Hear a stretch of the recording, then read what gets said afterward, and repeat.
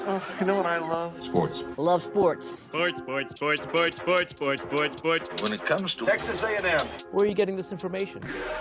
Let me tell you. Welcome to TexAgs. I need to talk a little sports with you, Ags. David Nuño here with TexAgs Radio. Billy Lucci here on TexAgs Radio. Olin Buchanan. We will develop men. We will graduate players, and we will win championships on the field. The best way for us to win is to do it together. Do you realize everybody knows who you are right now? Very thankful for the 12th man. They've won us games. Been in college baseball for a while now, but I've never experienced anything like 12th man. That's about as pretty a throw-catch combo as there is. I saw the safety roll, the slot fade. I knew where I needed to put the ball. Our skill set worked great together. Like, he was more speed and I was more power, and then we put together, it was like thunder and lightning, you know. You know, if I'm betting on anybody, it's the Aggies.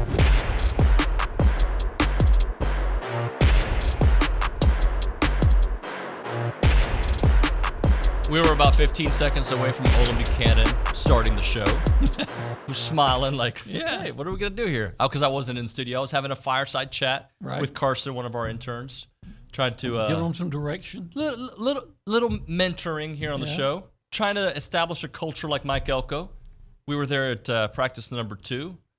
Olin, I know you wrote the snippets. What are your big takeaways from yesterday? Well, first of all, you can't get real close to the players or anything. I focused on the receivers for the most part. Mm-hmm. I'm glad you did. 24 and 24 is coming. And I think the thing that really stood out to me was just the work that Holman Wiggins is putting in as a coach. And let's be honest, okay? Let's be honest. In recent years, there have been complaints, critiques, concern about the level of coaching of the receivers. In fact, one year the receivers coach was moved so somebody else would coach them, and then he's moved. But because there was concerns about the lack of development at that position. And, you know, you could be around for 5 minutes and see that Wiggins, why he's so highly regarded as a receivers coach. Man, he was on everything.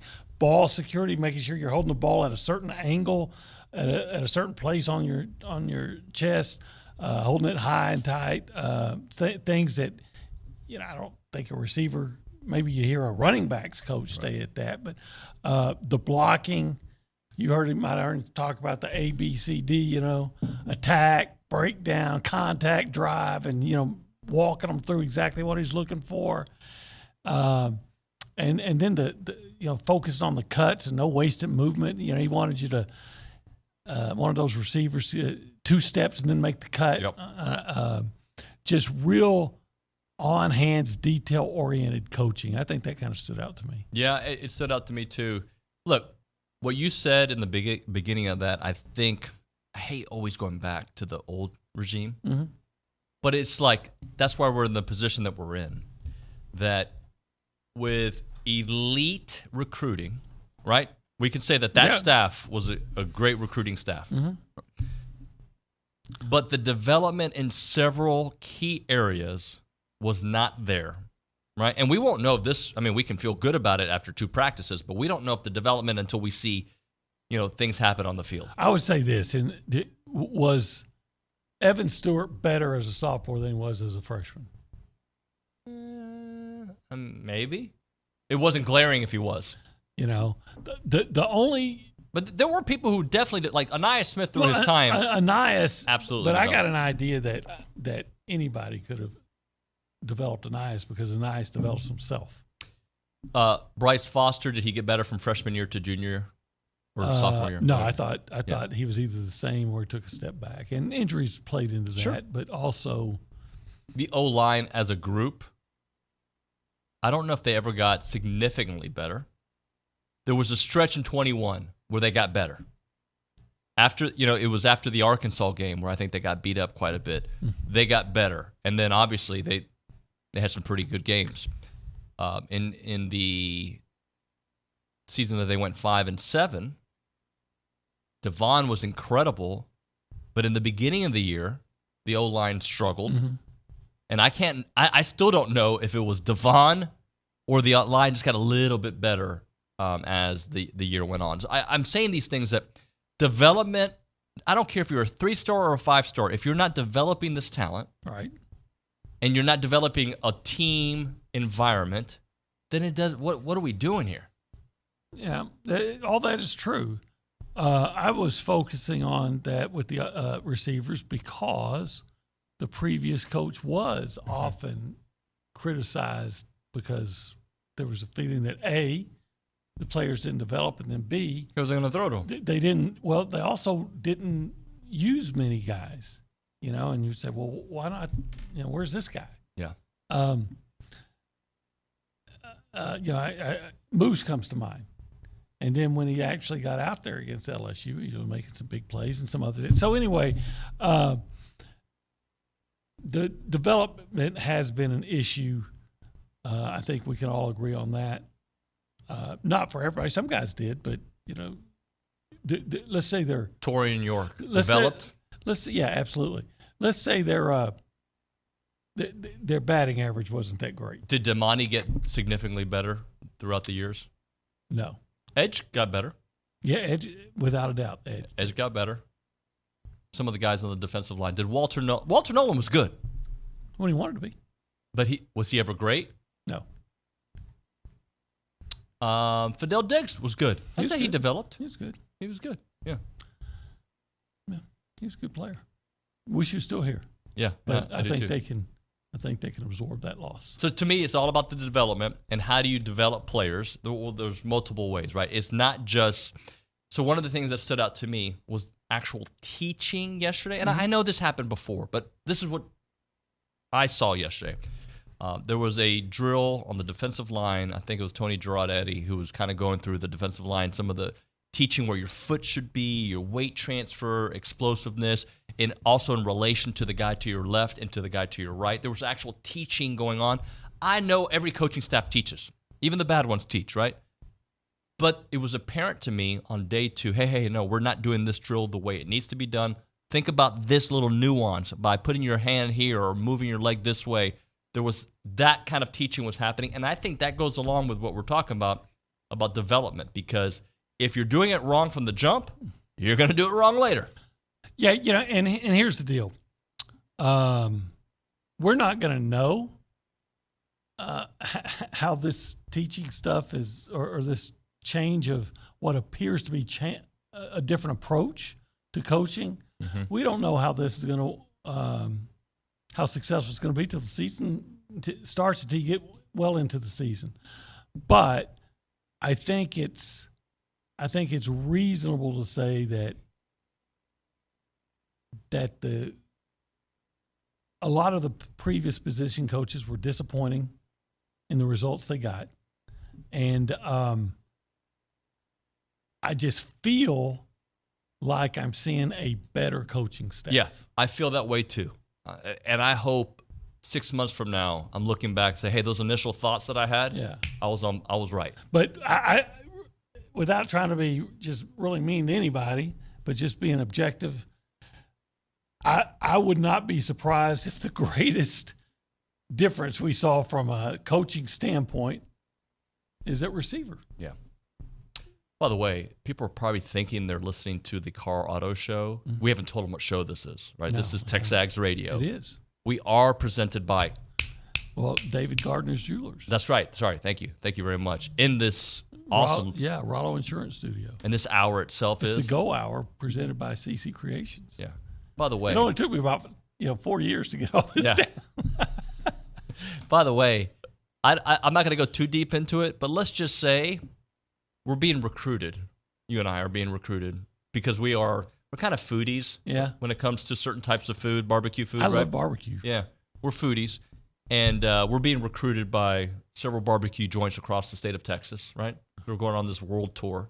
We had pretty good barbecue yesterday. I'm not gonna say where. Yeah. But it might be the leader in the clubhouse right now. It was pretty spectacular, and this place had maybe the best pork ribs I've ever had, and that's saying something because I'm a big proponent of a place up in Kilgore, Texas called the Country Tavern. Yeah. And if these weren't better, they were at least, on the, in the same neighborhood, on the same plane. Right. It was spectacular. And by the way, I haven't told them they had macaroni and cheese. I know Oh you're my a macaroni God. and cheese aficionado. I bragged. I'm not going to tell you. See, this is not fair to the audience. We shouldn't talk anymore about it because it was pretty awesome. It's the greatest macaroni and cheese in the history of the sport. If macaroni and cheese was a sport. When you go to Mexican food, think the best queso you've ever had. And put that in with cheese. I even told him, I said, I wouldn't call it macaroni and cheese. I'd call it macaroni and queso. We got to stop. We got to stop because it's not fair. We are like, I don't know if you know, Josh Pate is being recruited by several gas stations around the country to represent them. So we're kind of in the same situation. We're 5-star foodies, right? We're going to go around the state of Texas. Are you saying this is going to give us gas? Well, potentially. You better chew your food. We're going to go around the state of Texas. We're going to reevaluate our barbecue palate, right? And we're going to come up and we're going to find our new place, right? We're going to find our new place. That's all I'm saying. Well, yeah, that's definitely the leader in the clubhouse. I mean, bro. But you know what it is? Who led off for the Aggies this year? Who led off for that? Gavin Grahovic, right? Oh, yeah. Bunch of home runs. We hit a home run on leadoff. We did. It's going to be hard to beat it. Yeah. But I'm not going to tell you who it is, all right? But I do love our Constitution. I'll say that. All right, let's do something that we normally do during the season, but we got to start now because we got to pay some bills. And this is going to be a hard one to do because there's not a lot of things we can see this weekend, so I'm going to talk themes, okay? All right. We're running our mouths with 3 things that we want to see, brought to you by the Brazos Running Company, your local Aggie-owned specialty running store where you can find Brooks on Hoka shoes, located at Century Square below the Star Cinema Grill in College Station. By the way, hung out with Mike Nugent the other day. I went to Brazos Running Company. Myself, I went with Christian. And he's not the former place kicker from Ohio State. No, he's different. No, this guy is part of the running community. Okay. I got these, which I think they just came out. The Cloud, whatever they're called. Sorry, I should know the name. The Cloud Surfers. Okay. Freaking awesome. I was like the first one in College Station to have it. Maybe in the world. Cloud Surfers. Yeah. Huh. How you like that? I like that. Is that like? Never mind. Well, you're gonna make a joke. No. I'm gonna. I think I know what kind of joke you're gonna make. No. The Clouds. I like the name Cloud Surfers. Yeah. I do. Yeah. Reminds me of a certain, kind of punk band from the Dallas area back in the day. Who? There's something about surfers, but anyway. Okay. But I was hanging out, and you know how I always tell you, like I say this and Billy makes fun of me, they actually analyzed my gait. I tried on several shoes. Yeah. These were the ones, and these fit. They felt great. Great. Yeah. So anyway, let's 3 things we want to see. Can I show my shoes today? Are you? Do you have open toes out again? I do. I got the. Oh God, bro. I got my Margaritaville. Here's my philosophy. Chocolates, as in the wife would call them, the chocolates. I'm going to let the people text in and tell me what they think, all right? 979-693-1150. I believe there should be a rule in the brand new studio, no open-toed dudes in the studio. I got to tell you, I have got some new shoes, and I didn't have some socks on that were effective. Anyway, I have rubbed 2 really gnarly blisters on it. So it's close to me. While like it's exposed in the air within 2 feet from me. Okay, Lucci. I'm very much that way when it comes to that kind of stuff. I got blisters on my heels. Band-Aids? Not today. I'm trying to give them some air. I'm trying to heal them. You give them air when you sleep. Here, you want to look at it? No. Dude, I'll fight for real. It's funny. Somewhere in Sandhop. We have a friend that runs a site somewhere else, right? Uh-huh. Who covers the Aggies, right? Okay, yeah. And Mark. His name is Mark. I'll say that. He's a friend of mine, all right? Passwaters. I love Passwaters. He's a nice guy. Yeah, I like him. I love him. And he yesterday did one of these like taps on my head after I made a joke. Yeah. And I gave him the look that I just gave you, like, bro, be careful. Don't show me your feet, bro. Yeah, well. Okay. Well, 3 things we want to see, OB. Okay, I got 2 of them. A blister on my right foot. No, and do a not. blister on my left. Do not. It's over. The show will be over. Like, I'll walk out, all right? I'm going to give you a couple of things that I want to see. These are very cheesy themes, okay? Like the macaroni. Like queso, yes. I want to see continued togetherness. What I've seen in 2 practices, we heard all about this culture. Mm-hmm. I've seen it at practice now. Now I can say that I have seen position groups that are loud, intense, working with each other. I want to see continued that. Okay. I am hoping to see what you talked about to start off the show, wide receiver growth, continued wide receiver growth. And I'd like to see an offensive line alpha dog. Yeah. Well, I think it's maybe Trey Zune. Yeah, I think so. Yeah, I watched Cushing coach some yesterday, right? Yeah. And somebody looked like they did something wrong. He walked over to him, put his hand on his, and he's calmly and explaining what went wrong and how they needed to do it differently. Right. And pointing out as opposed to raining F-bombs upon them like maybe a previous coach would have done. No, you're exactly right. This is what we call Coffee Talk, presented by Tex. This is like a NASCAR segment, by the way, presented by TexAgs Coffee. Beat the hell out of mornings by going to texags.com/coffee. Can we give away a bag of TexAgs Coffee? Yeah, I think we should. What number? Don't say 2.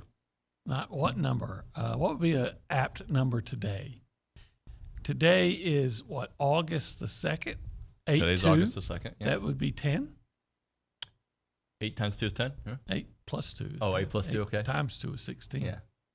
I don't think we want to put it all the way back to 16. I think we should do 16. You know why? Okay. Why? I want engagement. That's A. And B, number 16 and 24 and 24. 16. Yeah. And 2 times 4 is 8 times 2 is 16. You see what I did there? Not really. But I mean, I got 24, 2 times 4 is 8. Times 2 more. Yeah. So number 16. Number 16. Text in the word coffee, and we'll send you a bag of TexAgs Coffee. There's one text I want to read before we go around the room and say hello to the people. 15 minutes into the show, we have a Dallas Surfers reference. Now I know what that is. And a whole segment dedicated to Olin's blisters. Yeah. This is amazing. That's a Friday. And then I did ask, is this a good amazing or bad? And they go, it's always good. It's always good. Don't feed the beast, all right, folks? Don't let Olin know it's okay. We go behind the glass. I believe we're going to have backwards hat Nick. Nick Savage, good morning. Good morning, y'all. How are you? Yeah, backwards hat, but who was that? Good job, Riley, switching the camera when it's Honeycliff. Off. Here, let me see if I can do this. Well, no, what? You got the wrong camera. See, on-air production meeting. There we go. Hello, everybody. Yeah, 29 days I've been reliably informed away from kickoff. I got yelled at because I'm not good at math, but yeah, I'm excited, and I haven't been out to a practice yet, so I can't really speak on it like y'all have been. What happened with your Bombers yesterday? I know there was like a win or go home, right? It was a Game 3 win or go home to go to the championship game on Saturday, and they unfortunately lost to the Victoria Generals, so got in pretty late last night. But the Victoria Generals team, they're good. I've been leaving practice, after I do my report, and I turn on the radio and I listen to your boy. I hear Nick Savage calling the game all the way. Yeah, yeah. Well, I'm sorry you had to deal with that. You didn't turn on the Surfers, OB. I got that reference, by the way. I didn't. I'm not going to say the name of the band, but I'm going to. Only people my age from Dallas would know this. The lead singer, his dad was a famous Dallas celebrity for a children's show. He was Mr. Peppermint. Mr. Peppermint? Yep. Never heard of him. His son grew up to be the leader of that band we're talking about. Yeah. Yeah, if you're from Dallas in the 60s, early 70s, you knew who Mr. Peppermint was. Okay. All right. Did you ever if you went over to his house and knocked on his door, he would give you peppermint. That's an interesting exchange. Did you ever watch Bozo the Clown on WGN? Yeah, of course I did. Okay. Yeah, I did too. Yeah. It's good. Yeah, but good Bozo, sure. What a weirdo, though. Like, seriously, it's a weird show if you really think about it. Yeah. Was he weirder than like Captain Kangaroo, a guy with, fat guy with mutton chops? That's a good point. Yeah. Yeah. Huh. Was Mr. Rogers, he was all right, though, right? At the time, I didn't think he was all right. In retrospect, he was a good dude. Yeah, okay. He's a good dude. But Mr. Mr. Peppermint, man, he was a stand-up guy. I didn't watch Mr. Rogers growing up. It wasn't. What I liked? Dallas people won't understand. Slam Bang Theater. Pardon? Slam Bang Theater. Icky Twerp. And they always showed he had the Goons, Ajax and Delphinion, and they always showed cartoons and the Three Stooges. Now that's how you started your day before having to walk to school. Huh. I remember Bozo before I started school. Yeah. I don't know this stuff. Yeah. Let's change gears and go to the Angry Elephant using social Speaking media. of bozos. Everybody. Speaking of Little Bozo. Dang. Nick was just waiting for that. He wasn't going to say it, Obi, than you were. I already know that. Matthew Dawson, good morning, buddy. Good morning. Nick may be a backwards hat guy today, but you were backwards hat, camo hat, hip hop guy yesterday at practice. Can you confirm this? I was. I wore a hat. I don't usually wear a hat Because of that, you don't want to hide that mane of yours. No. So yesterday, part of my workout was a swim. Yeah. So I went to the Bryan Aquatic Pool and I did my laps, and my hair looked like absolute. I didn't have any product. So I was like, had it. So I went to practice with a hat, and people were like, "Who is he? This guy's handsome." Oh no, it's Nuño. I thought you were a rare. Beastie Boy. I start forward. See, here's the thing about the hat backwards. I always start with it here, and then it starts bothering my head because I'm not a hat guy, and then I move it, and then it goes sideways like a rapper. And then it starts getting vertical, and then he starts it goes around. Then it's like. It's 360. And then all of a sudden it's like on top of his head. It's not like on his head. It's like on top of his head. It orbits your head. I don't know if Matthew knows the guy at the social center is not supposed to make fun of the host. I don't know if he knows that. I do control his hours. No, I think people are interested. I mean, we're talking about Obi's blisters. I thought people might want to be talking about your hat tendencies. 21 minutes into the show, and we're going late, and we're talking blisters, hat, and a surfer group. Can we get some news, Matthew, please? Well, in terms of the Olympics, we got a shot at the gold tomorrow morning, 5 a.m., Austin Krajiek.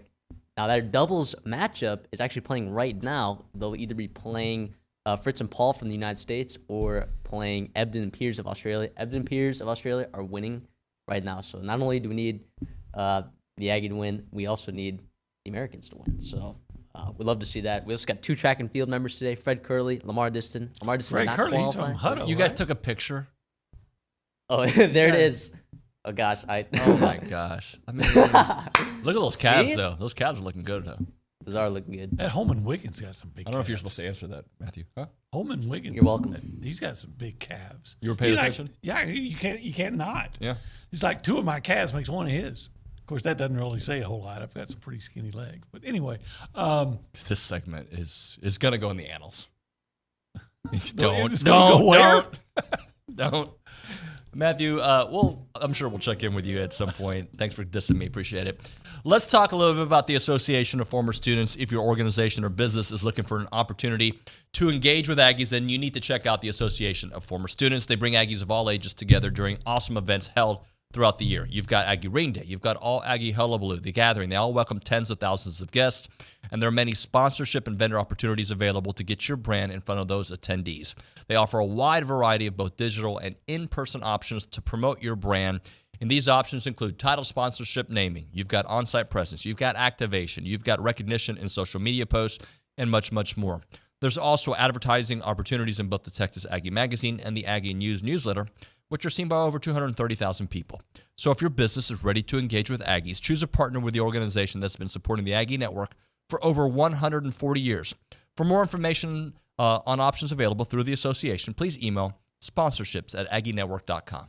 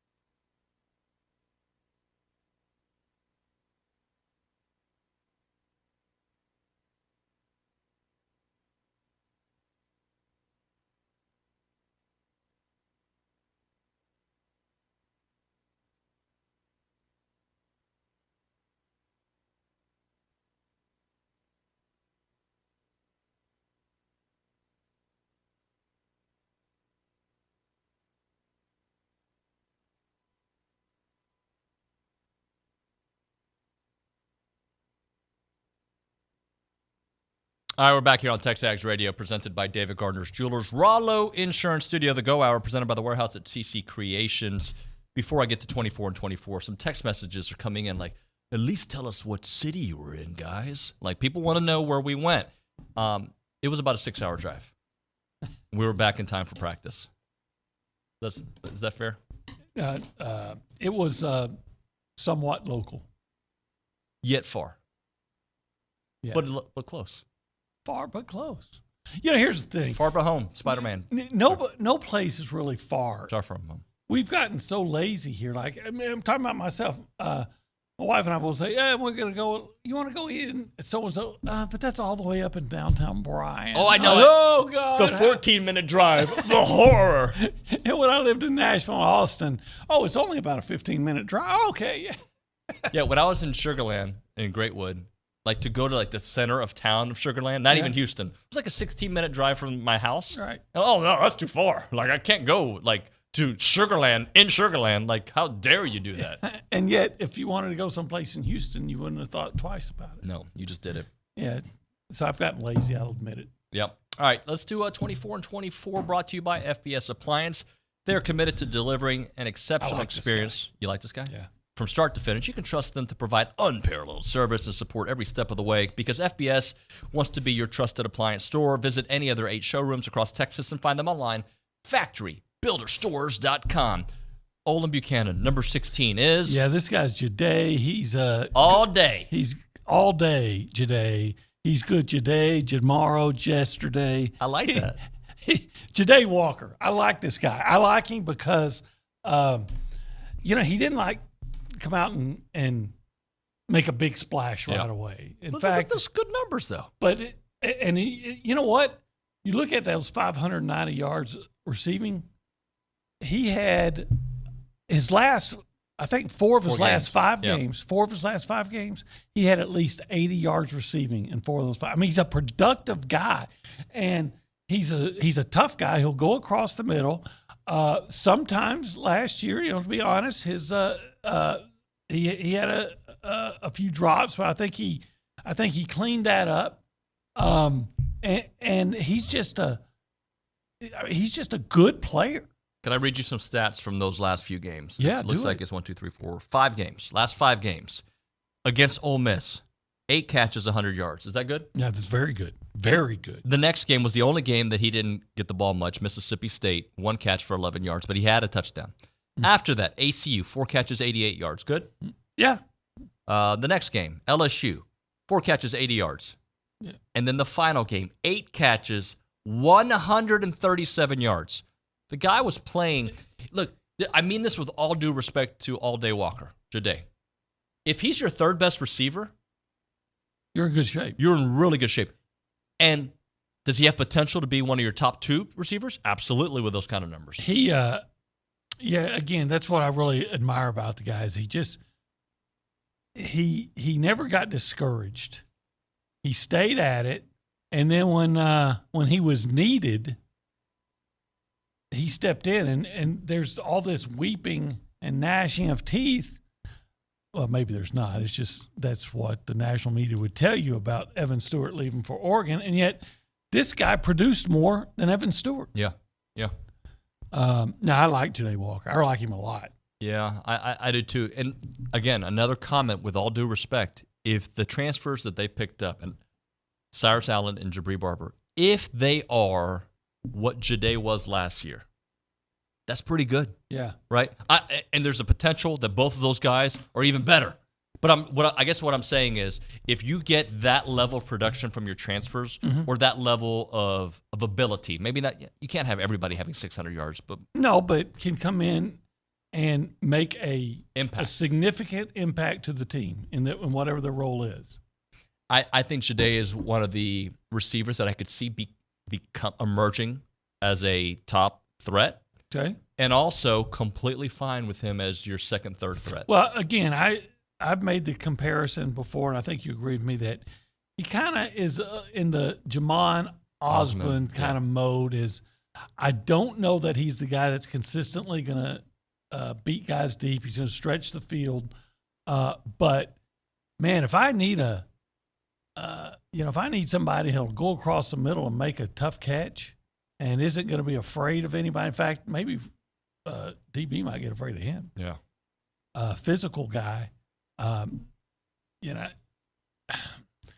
He's not Mike Evans, but Mike Evans was a physical guy that would go across, catch it anywhere without worrying about who else is out there. I think that's Janae Walker. Another guy, by the way, that looks a little bit. I mean, all these guys look a little bit stronger. Big guys. But some you can absolutely see when you glance at him. Some you're like, yeah, I think he looks bigger. He looked bigger to me. Yeah, I think so. And he's a receiver. You don't want him to get too big. He's a tall kid. Yeah. Good target. Now, I think what you just said. 6'4"? Wow, that's yeah. I mean, and this note here says he's lost 5 pounds from last year, so maybe he doesn't look bigger. He looks more sculpted. It's probably a better way of phrasing. I think you hit the nail on the head, though. If he's your third receiver, and he may be your number two. Hell, maybe he'll become the number one, even though I think that's going to be Noah. But if he's your third receiver and he's producing like that, then all the concerns about the receiver position were, unnecessary. Yeah. All right, let's hit a break here. We will come back with, I got a topic that I'm going to throw out your way. I think you'll like. But before we do that, let's talk Rollo Insurance. But I ask you why Rollo Insurance. I actually had that line at the preseason kickoff, and I was talking to Buzz on accident. I go, but I ask you, and then I caught myself saying it like I do in the Rollo Insurance commercial. I go, but I ask you, Buzz, why Rollo Insurance? And he looked at me like, what the hell are you talking about? I'll tell you why Rollo Insurance. The difference is real. That's why. They're right here in College Station. That's the home. Their headquarters. They're the best when it comes to finding your car insurance, your home insurance, your farmer insurance, your business insurance, whatever your insurance is. Let Rollo Insurance take great care of you. They've got offices, obviously, all over the great state of Texas, 53 offices, but their headquarters is on Highway 6. But they also have it in Houston, DFW. You've got Tyler, San Antonio, Austin, west of I-35, including the Panhandle, and, of course, outside this great state. Homeowners, farmers, ranchers, hobby farmers, business owners, you need to make sure that your insurance company's got the priorities set for you and your family, and their priorities are God, family, and country. You should certainly reach out to them. They want to make sure that you have the right insurance for you and that you know what you're paying for. They do the shopping for you. The website is rolloinsurance.com. That is rolloinsurance.com, 888-44-ROLLO, or go to rolloinsurance.com.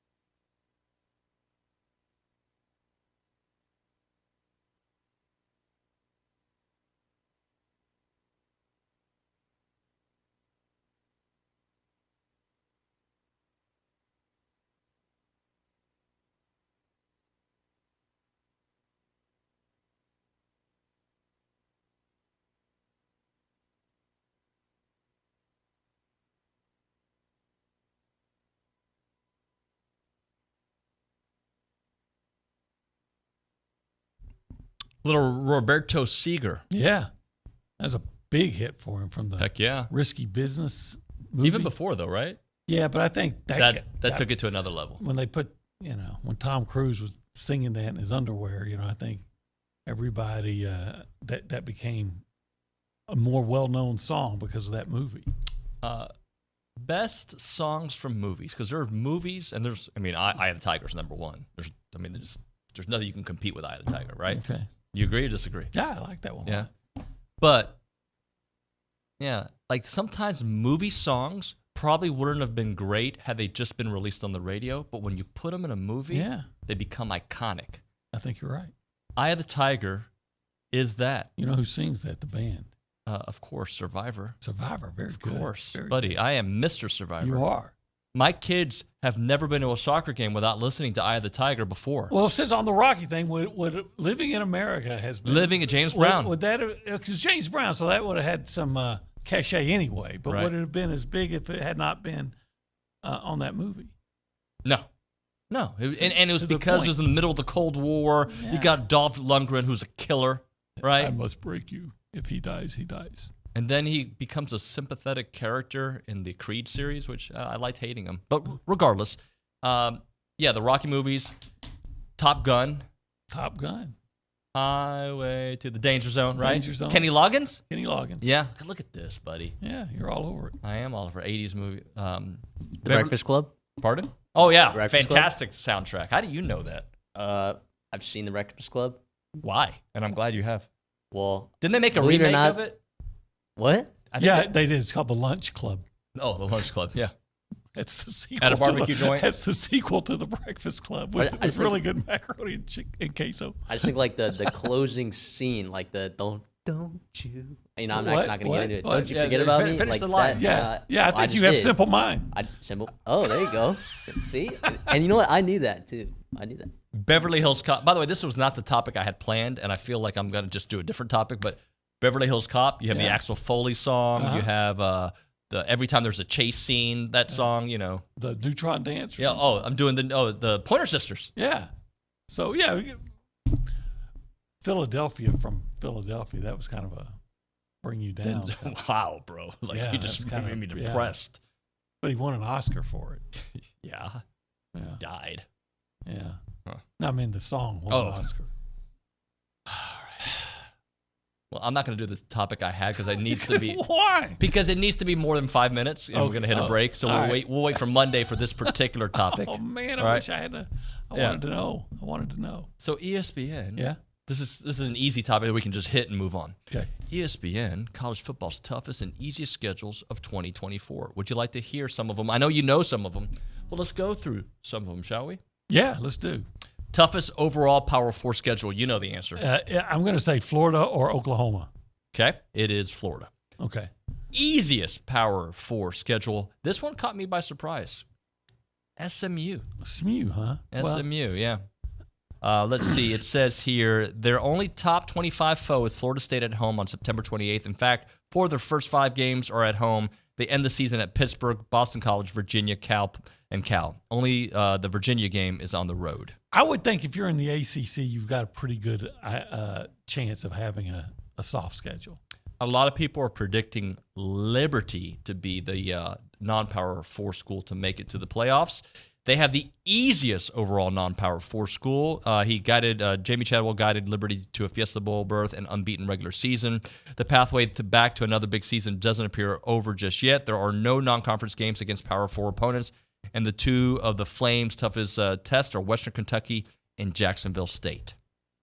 That's their toughest test? Yeah. Oh, okay. We'll see and that's not number 1. We'll see them playing Alabama in the playoffs. Toughest Power 4 non-conference schedule. USC. Well, they got LSU, I know.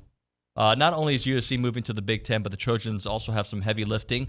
They open with LSU in Las Vegas. They have Notre Dame, and the Irish have won 5 of the past 6 games. USC faces UCLA the week before Pasadena. That must be why Lincoln Riley's trying to get out of the Notre Dame series, right? Here's one. Easiest Power 4 non-conference schedule. Easiest Power 4 non-conference schedule. This is one of the top 5 schools in the country. I won top. And it's not Texas. This is Ohio State. It is Ohio State. Last year, Michigan got their nod here. This year, it's Ohio State. They shouldn't break a sweat in 3 non-conference games at home against non-Power 5 opponents. The Buckeyes open the season against Akron, Western Michigan, then have a week off before facing Marshall. Yeah, that's going to be kind of, I would say hard to beat, but that's easy to beat. Toughest road schedule. Toughest road schedule. I don't know. Mississippi State. Hawaii. They have Mississippi State visit 3 top 10 schools. Yeah, they do. Texas, Georgia, and Ole Miss. Yeah. Toughest open to the season. Well, whoever's taking on the top team in the country, that would be Clemson. So Clemson's got the toughest Georgia. open to the season. Toughest close to the season. You know the answer to this one. Would that be your Texas A&M Aggies? No, Florida. Wait, to close the season? Okay, so I'm just talking about just one last. Yeah, to finish the season. Cushiest open to a season. This is an SEC school. Ole Miss. Ole Miss? Yeah. Rat Poison. It opens up there. It says they ranked in the top 10 in most preseason polls, but play 4 of their first 5 games at home against Furman, Middle Tennessee, Georgia Southern, and Kentucky. The only game in that stretch is Wake Forest in week 3. Only tough game, it says. And how tough is Wake Forest? Toughest 3-game stretch is UCLA. And that is because the Bruins travel across the country to take on number 14 LSU in Baton Rouge. They come back home to face number 4 Oregon. Then they fly back across the country to take on number 12 Penn State. That's some tough travel. And they got to fly. They got to fly to Rutgers too. At some point in the season, all the way to New Jersey. It's crazy. I don't think the Bruins are going to have a winning season. It says here, and I'll try to. I think their season is very much going to mirror their coach's introduction at the Big Ten Media Days. Must-see non-conference games. Okay. Some of these we know is week 1, actually. Yeah. Miami, Florida, Notre Dame, A&M. Let's see. Texas at Michigan in week 2. Let's see any other. Clemson, Georgia. Alabama, Wisconsin. I don't know how interested I am in that one. Notre Dame, USC. Games you got to be careful. Boise State at Oregon on September 7th. Let's see. Is A&M mentioned in any of these games? No. So, frequent flyer miles. Cal have a tough stretch of jet lag. Let's see. They play September 7th at Auburn, 2,466 miles. September 21st at Florida State, 2,575 miles. October 12th at Pittsburgh, 2,500 miles. And November 8th at Wake Forest and at SMU. That's a total of 12,136 miles for 5 away games. It sure seems to me it would have made a lot more sense to just try to make a deal with the Mountain West and form a new pack, whatever. Yep. Welcome to the SEC. Between SEC newcomers, Texas and Oklahoma, the Sooners get the short. We did this. End of the I told you that. 6 of the Sooners' 8 games are against top 25 teams, whereas the Longhorns of 8 games are against. What does it say? Where only 2 of the Longhorns' 8 games are against top 25 foes. Any other ones I want to get into here? Catching up with old teammates. LSU safety Jordan Gilbert versus Texas A&M on October 26th. And that's the only one that brings up. Duke plays 3 Friday night games this year. Elon at home at Northwestern on September 6th, and Florida State at home on October the 18th. Don't you think Elon should change their mascot to the Muskrats? I knew you were going there. I knew you. The Elon Muskrats. The Elon Muskrats. All right, let's do this. Can we hit a break, Obie? Is that fine with you? Do. When we come back, we're going to bank on something. Okay. All right, we're going to bank on it next on TexAgs Radio.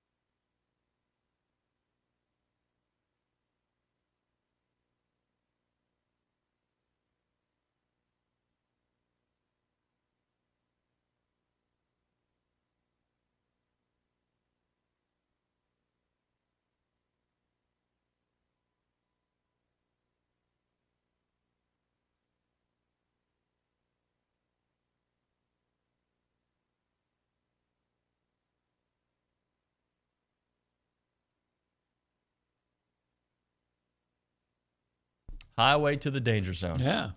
You kind of remind me of Kenny Loggins. There's a little Kenny Loggins, like in We Are the World. You guys have a similar look, except the mustache. Yeah, I don't have the beard. No, is it a beard? Yeah. Yeah. Facial hair stuff. Yeah, I don't think you guys are similar. I don't think we look anything alike. No, I think you do. But that's okay, you know. I'll tell you one thing was Kenny Loggins. He was a big star at one time. He was a big star. He was the song "Your Mama Don't Dance and Your Daddy Don't Rock and Roll." That's his song. Loggins and Messina. Huh. Yeah. TexAgs Radio presented by David Gardner Schillers. Rollo Insurance Studio Go Hour presented by The Warehouse at CC Creations. Time to bank on it. Presented by Vera Bank. Authentic relationship-based banking built for real life. Go see the Joel Jackson and the team. Learn more at verabank.com. I'll bank on something first. What are you banking on? That gentleman right there to my right, his name is Richard Zane. He was with me. We were standing in a section, and we were watching Terry Bussey go. Yeah. And Terry Bussey, am I right, looked fantastic. I'm banking on him. How did he look fantastic? Fast. What was he doing? He was very fast. Okay. He was the drill that actually was pointed out to us. We were standing with another media member, like we were watching. He was on the hip pocket of whatever the wide receiver was doing. He was following him. He just seemed to jump off the field speed-wise, and I might have heard from some other staffers that he's having a great camp in 2 days. Great. I think that just by watching the drills yesterday or the day before, I'm thinking A&M's going to eclipse last year's sack total, which was like 42 or something. Which was the top 5 in the country, right? It was really high up there, yeah. But just watching Scorton throw that sled around and Shamar Stewart, and that guy can move. Yeah, he can. Shamar Stewart, Shamar Turner. I would say that A&M probably has the 2 best Shamars, and the best Shamar combo probably in the nation. Just like Deadpool and the Buchanans have the best Olins out there. Yeah. Thanks for the follow-up. Let's go to the angry. I didn't know what to say to that. I don't know me either. Sometimes you usually have something. Let's go to the Angry Elephant News and Social Center. Matthew, finish off with some texts. Alrighty. We actually got a text from Edward in Austin. He sent a link to PFF. They have a ranking. One particular analyst has Nick Gordon ranked as the 2025 NFL Draft edge rusher number 1 for the NFL Draft. Ahead of guys like first edge rusher. First edge rusher. Yeah. Ranked in the draft. So above Micah Williams from Georgia, above James Pierce from Tennessee, above Princely, Uman Mielen, Abdul Carter. Some good names. Good company to be in. Again, you've seen what he's done, and then to see him up close like that, and I mean, he was throwing that sled on its side. Did I say sled or sled? Anyway, he's throwing it, whatever it is, he was throwing it on its side. He's a strong guy. I'm really excited to see that guy playing, especially against Notre Dame, which has some questions at tackle. I'm looking at Fidel Diggs' stats from last year. What, 4 sacks? Yeah, 4 sacks. I thought it was more than that. I expect for Nick, and I like Fidel. I wish he was still here. Yeah. So I hate to say I have to always qualify like that, but I expect to Nick to double that. I would not be surprised. Or more. And let's be fair, Fidel may have doubled it if they didn't ask him, to cover tight ends. Downfield. Tell me how you really feel. There's just certain things that can't be explained. Yep. Hey, the rest of the show, this is what we have. We're experimenting with some new guests on the show. Okay, Brandon Marcello going to join us from CBS. I know Brandon. Yeah, he's going to be on the show. Mike Wachsman, College Football Focus. Okay, he's going to be on the show. Steve Denton. I know Steve Denton. Yeah, he's personally, great. But and Hop. He's going to hop to it at 10:35. David Sandhop. OB, thank you, sir. Enjoy your weekend. All right, you too. By the way, I'm picking up the puppies today. 3 weeks. They were the worst puppies in the world. So right? you put them in training? Yeah. If they don't come back speaking French, yeah, and knowing how to parallel park, that money was a waste. They better the amount of money that we spent, they better be like amazing. Okay, well, are they French poodles? No, they're labs, and they're supposed to be super smart. Then I'm not expecting them to speak French. How would you bark in a French? Do it. I don't know how. Just try. I can't do French. Rough. I don't know. I can't do it. I don't.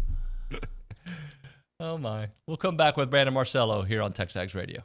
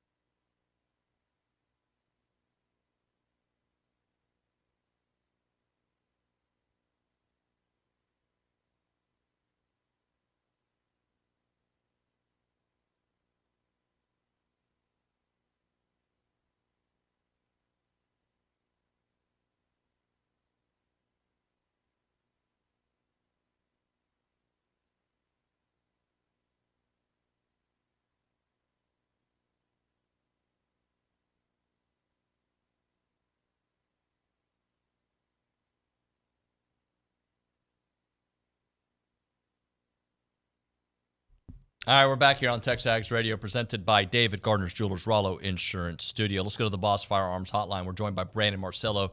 You can catch his work at CBS Sports and 247. Brandon, good morning, buddy. How you doing?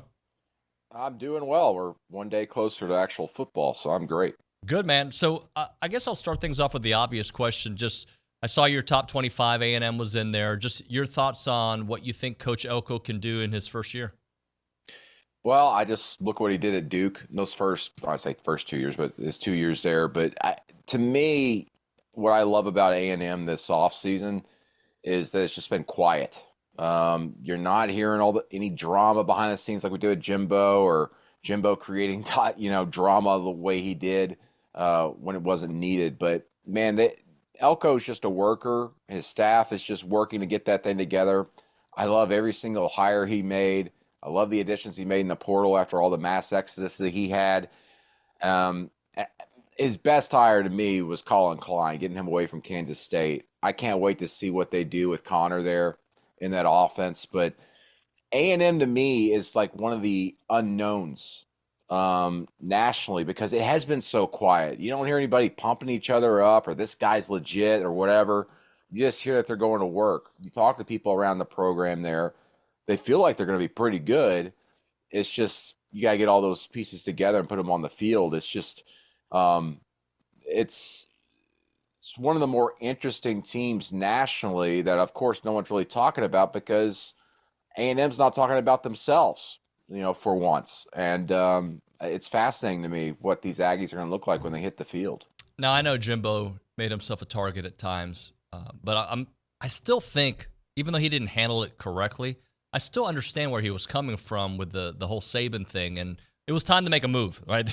and I wish we didn't have to spend the money. The university had to spend the money they have to, but at the time, it did galvanize the fan base. Unfortunately, he didn't win afterwards, and then it looks way worse.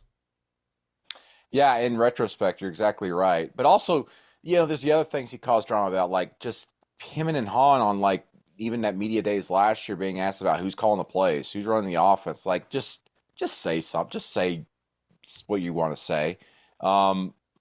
Things like that, every little bit, it just kind of seemingly kind of undercut kind of what his process and message was supposed to be, not just publicly, but even privately in the locker room, when your head coach is saying one thing and maybe saying another behind the scenes. The Nick Saban Jimbo thing, at least to me, from a 30,000-foot view, it was just more entertainment than anything. And I absolutely, that's something that should have galvanized the Aggie fans and the Aggie faithful. I'm not so sure that, I don't know if any A&M feel this way, but I don't think anybody was really kind of looking down at Jimbo afterward or anything like that. I think a lot of people kind of went, he's kind of saying the quiet part out loud, and maybe it's about time someone did. Brandon, I think the interesting part for Coach Elko and this A&M team is the fact that when you try to establish a new culture and a new system, that first month of the season, while not terribly daunting, is tough. Notre Dame, obviously, is a top 10 team. Going on the road to Gainesville, which Florida thinks that's a winnable game for them. Like that, and I think learning how to play as a team can only happen during games. It can't necessarily happen at practice. And I think that's going to be – so they might be a team like Auburn who's way better at the end of the year. No, you're exactly right. And you look at that schedule for A&M, as you just mentioned, Notre Dame obviously going to be tough. Florida game will be tough. And the reason why Florida fans are saying that's a winnable game is because look at their schedule. What is winnable on their schedule? That schedule is incredibly tough, not just those last 5 games for them. But, you're exactly right. I think as much as, Aggie fans might be sitting there thinking, I kind of have an idea that we could be, a 9-win team this year, or 8-win team or whatever, which in retrospect kind of looks, when you look back over the years, the last 4 to 5 years of the SEC, you say 8 wins in the SEC, and it's almost like saying a dirty word. But in this new era of the SEC, it is going to be so freaking tough to get to 8 wins nowadays, especially if the SEC, as I believe, goes to 9 games, conference games here the next year or two. It's going to be a lot like the NFL in the AFC or whatever. A lot of teams are going to be finishing 500 that you go, well, in the Big 12 or something like that, it's probably a 9-win team, something like that. It's not necessarily a bad thing anymore. In fact, I think the SEC or the Big Ten will end up being that first conference that ends up getting a 9-3 team in the college football playoff here the next 3 to 4 years. But no, you're exactly right when it comes to getting that team together, playing together, figuring out the identity. I mean, heck, as you know, every single team, we don't quite know the identity of the team until after that first month of the season. And when you've added so many new pieces to the puzzle there through the transfer portal and everything, it's going to take some time to figure out the identity.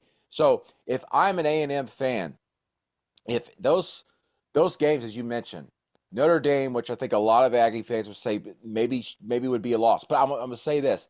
If the A&M Notre Dame game is close, that is a lot of hope for Texas A&M fans, even if it's chalked up as a loss. But I'll tell you what, when we talk about A&M this year and just all the unknowns, I just listen to the stories about Connor, that quarterback behind the scenes, and how confident he is and how he's almost got some swagger to him. I won't call it arrogance. I'll say it's some swagger.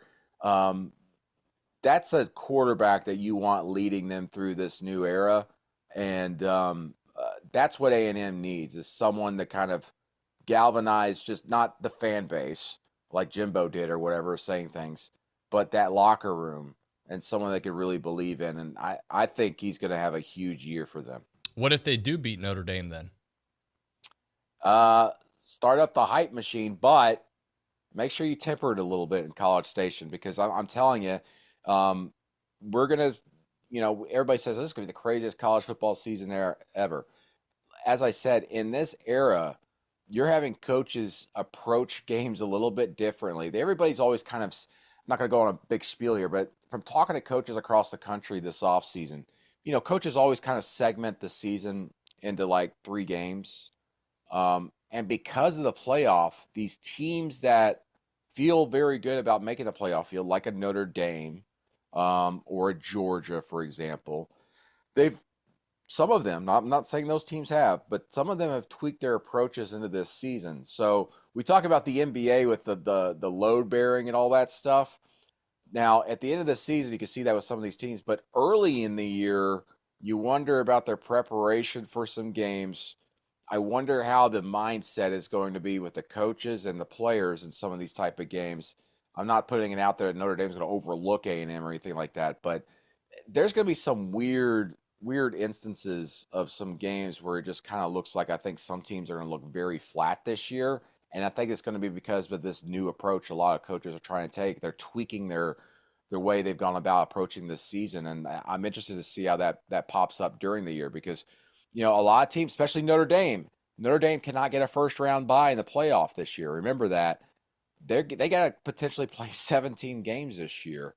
And so a lot of coaches are worried about that type of stuff. And, the Notre Dame we might see early in the year might be actually better than the team we see at the end of the year. Talking to Brandon Marcello here on the Boss Firearms Hotline on TexAgs Radio, presented by David Gardner's Jewelers. Let's talk about Notre Dame specifically.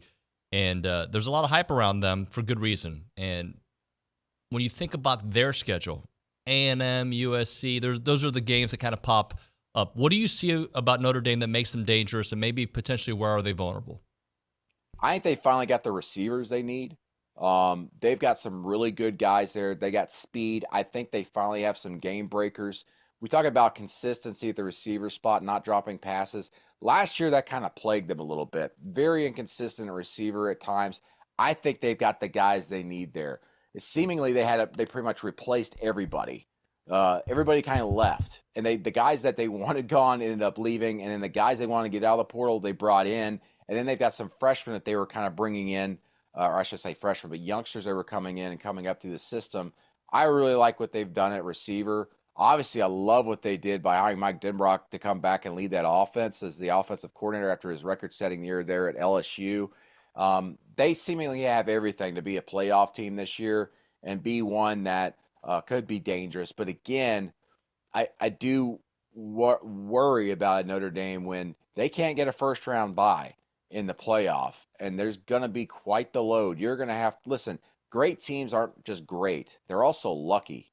From the injury standpoint, you've got to stay healthy to stay alive. And man, that grind of the schedule they've got the traditional schedule that they have, all those big-time powerhouses, that's going to wear on them. And we talk about load-bearing and the way coaches go about approaching things.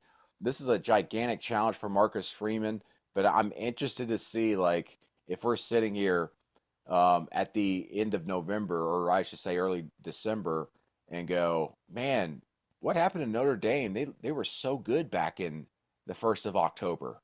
I think that we could be discussing that a little bit because of the approaches that coaches might have to tweak a little bit. Because it's one thing to sit here and say, oh, we're going to go all out, throughout the entire season. But if you're Notre Dame and say you're already at 10 wins, in mid to late November, do you sit there going, I don't want to get this guy hurt, or we need to cut back on the snaps for this guy? That could really affect a team like that. Talking to Brandon Marcello here on TexAgs. Brandon, I want to talk LSU for a minute because a conversation that comes up on our show often is that LSU gets the benefit of the doubt because of their history, right? Yeah. We have question marks about them, and I wonder why are people putting them at 13? But because of their history, you see why they're 13. But I do have questions, like how can that offense that bailed them out of so many games be anywhere near that, even though I know they're going to be good? And the defense, did they do enough? So why I think they're 13th in your poll. Why are they 13th? Yep. And do you see where my questions come from? You're exactly right. And I do agree with that. And I'll even admit that I kind of, one of those things is I just kind of fall in love with the logo and put them there in a lot of ways because I know what that program's capable of. I know the depth that they seemingly have every single year, just from a talent standpoint, even if it's unproven. Also, I know this is going to sound strange to say, maybe go against what a lot of other people think, but Brian Kelly has the most 10-win seasons in a row in all college football right now. All he does is win 10 games a year. I thought last year was one of his better coaching jobs. I mean, yes, you got a Heisman Trophy winner at quarterback, but what he was able to do with that roster and the way it was, I'm not so sure LSU wins 10 games this year, but they're going to be 8 or 9 win team. And the way that offense stacks up right now, I do have the questions, yes, but I still think they're going to be able to move the ball, score points. Defensively, my big questions are in the secondary. What are they going to do there? But I kind of go in and go, I look at their roster, I see all the blue chip talent that they still have there. And then also, I just believe in Brian Kelly. Yeah, say what you will about him not winning a national championship or whatever. Our expectations are so high for a guy like that. But, I mean, he's won 7 straight years with 10 wins. No one else has done that right now after Nick Saban retired. And that's why I got LSU up there. Did I put them up too high? Probably. I'll admit it. Like I said, I think I kind of fell in love with the logo. I think there's a lot of credence to what you say. People always talk about, well, this team's only ranked up there. But I think out of all those teams that we talk about being ranked in the preseason, I know a lot of people go, well, of course you're high on Notre Dame. It's like, well, Notre Dame, if you look historically through the media polls and all that, actually kind of lived up more so to their preseason ranking than a lot of teams here, especially in recent history in the last 10 years. But a team that you kind of look at that maybe hasn't done so is an LSU, but no one really says that about them all that much. But I think you're definitely onto something there. Is this the year that Ryan Day and Ohio State break through? It better be. I mean, I was talking to Ross Bjork. I'm sure A&M fans don't want to hear that name, but I was talking to him about Big Ten Media Days off to the side about. I was just straight up asking him, what if Ryan Day loses 2 games this year, and one of them's to Michigan again? They lose to Michigan for a 4th straight year, and you miss the Big Ten title game. Maybe you get in the playoff or whatever. But what if you lose 2 games and one's to Michigan again? Like, is he a hot seat guy? And he pretty much admitted that the expectations are just super high at Ohio State. But of course, Ross Bjork's a master tactician when it comes to talking and kind of turn it around. But listen, up there right now among that fan base, if you go up there, it is like legit national championship or bust. Like, if we do not win a national championship with this roster, with the coaches we have here right now, when the hell are we going to win it? But it's so funny. Usually the Ohio State teams that end up winning a national title are the ones we weren't necessarily expecting it. And when you look here in history, But this team certainly is. I got them number 1 in my poll right now. I almost put them at number 2 just because it's like I can't trust Ohio State. But I love Will Howard at quarterback. I loved what he did at Kansas State. I mean, Colin Klein, as I mentioned earlier, with the things he did in that offense, leading him was fantastic. Will Howard and Cam Ward, I thought, were the 2 best players in the portal this offseason. And I can't wait to see what they do with Will Howard. I keep hearing things about how he's dropped some weight there. And with the way they want to run him, obviously in the Chip Kelly offense, I do worry about that a little bit with him dropping some weight. But yeah, it's national championship or bust for a lot of fans there. But man, and we talk about this new era, it keeps bringing that up, but it's going to be so intriguing if at the end of the year, like what if Ohio State's sitting there at 10-2 and misses the Big Ten championship game? And then maybe still a playoff team, but what if they're 10-2? Like, what do you do if you're Ross Bjork? Because he's obviously the new AD there, and the boosters there are going to steer the ship one way or the other. They're going to tell him what to do. Brandon, I'm interested in Michigan because of all the turnover for obvious reasons. New coach, new offensive line, new everything, right? After the national championship game. And then you got Texas going there week 2, which should be a tough game for Texas. But yes. Is it going to be a tough game for Texas since there's so many unknowns for Michigan? There's unknowns offensively to a certain extent. They're set at running back. They are super talented there. Their defensive front might actually be, if not as good, maybe better than last season, considering the pieces, the depth that they've got there and the development they have. I think defensively, they're still going to be pretty salty. And for that very reason, they're a top 15 type team.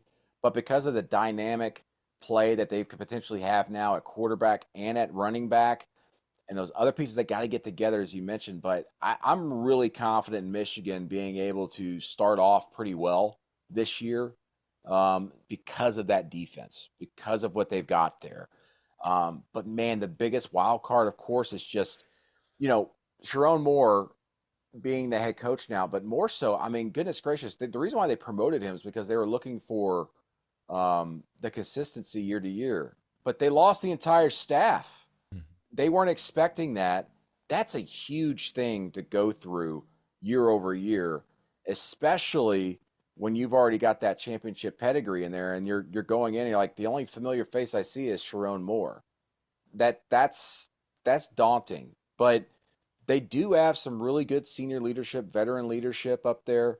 I'm in love with Donovan Edwards as a running back and also as a person. I wrote about him a week or so ago and just the type of guy he's turned into as a leader.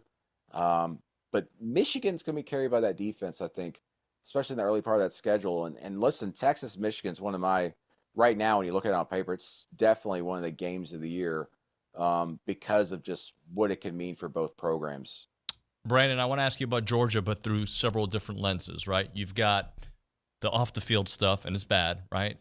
You've got the schedule, and you've got a Heisman Trophy contending quarterback. So kind of with all those kind of ingredients, what do you see for Georgia in this year? You know what? Knowing Kirby Smart and the type of coach he is, all this outside noise is just going to absolutely feed that monster. Georgia, I think, is going to feed off of that big time and be someone that can just be an absolute road grader in the SEC that I wouldn't say don't necessarily see coming because, I mean, listen, we all got them in the top 3 in our polls, right? But, man, I think if anything that could really galvanize that roster, everything that's happened in the offseason, I think Carson Beck is the best quarterback in the country. I love what he did in the second half of last season. I think that Auburn game on the road, really, that's when he took over that team and everybody got on his back and they believed in him. He's got the quickest release, I believe, in all of college football. You just talk about the ball getting out of his hands. And in that offense, obviously any offense, that's important. But in that offense, it's very important. He's got talent all around him. But to me, they've got that leader at quarterback right now. And with all this outside noise and Kirby Smart, the way he feeds off that stuff, that I think they're going to be an absolutely dangerous team, a team that could potentially be going into this year and just start blowing teams out and not making things close in a lot of these games. I do want to ask you one more. I'm keeping you long, so I apologize. But Tyler Van Dyke, I know you wrote about him. A&M played him a couple different times over the last few years, and he had a pretty good game against A&M last year, but that's because they couldn't cover anybody. What do you expect from him this year at Wisconsin? I think, to me, he's just got to stay healthy.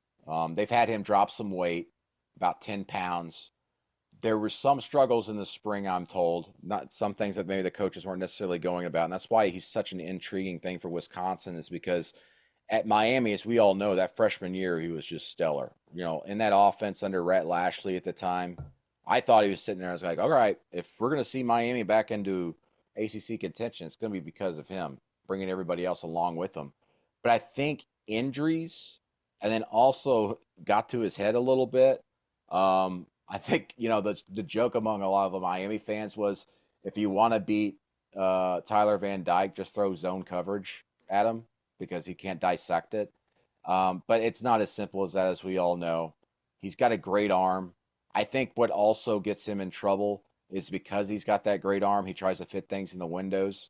Phil Longo, the offensive coordinator of Wisconsin, has talked about that quite a bit this offseason, trying to corral that a little bit. But to me, for me, he's just got to stay healthy.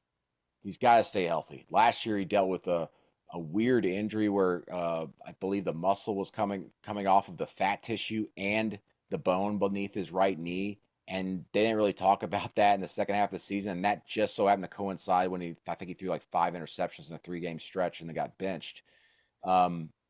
Keep him healthy and keep his confidence up. And he's someone that should keep that offense going.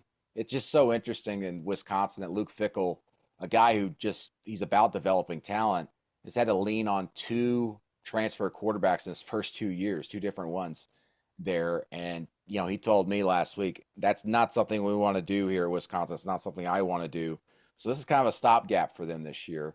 They've got a little bit more power at receiver. They didn't have a lot of depth there last year. They were very one-dimensional in the passing game as a result. They were just focusing on one guy, Will Pauling, who almost set the Wisconsin record in pass catches for a season with 74. So they should be better, but I'm not so sure how much better, because Van Dyke could go, I say one of 2 ways, but the last 2-3 years for him, it's just been, it goes south every year. It seems like he's good for about 3 or 4 games and then falls off the cliff. You look at what he did last year at Miami.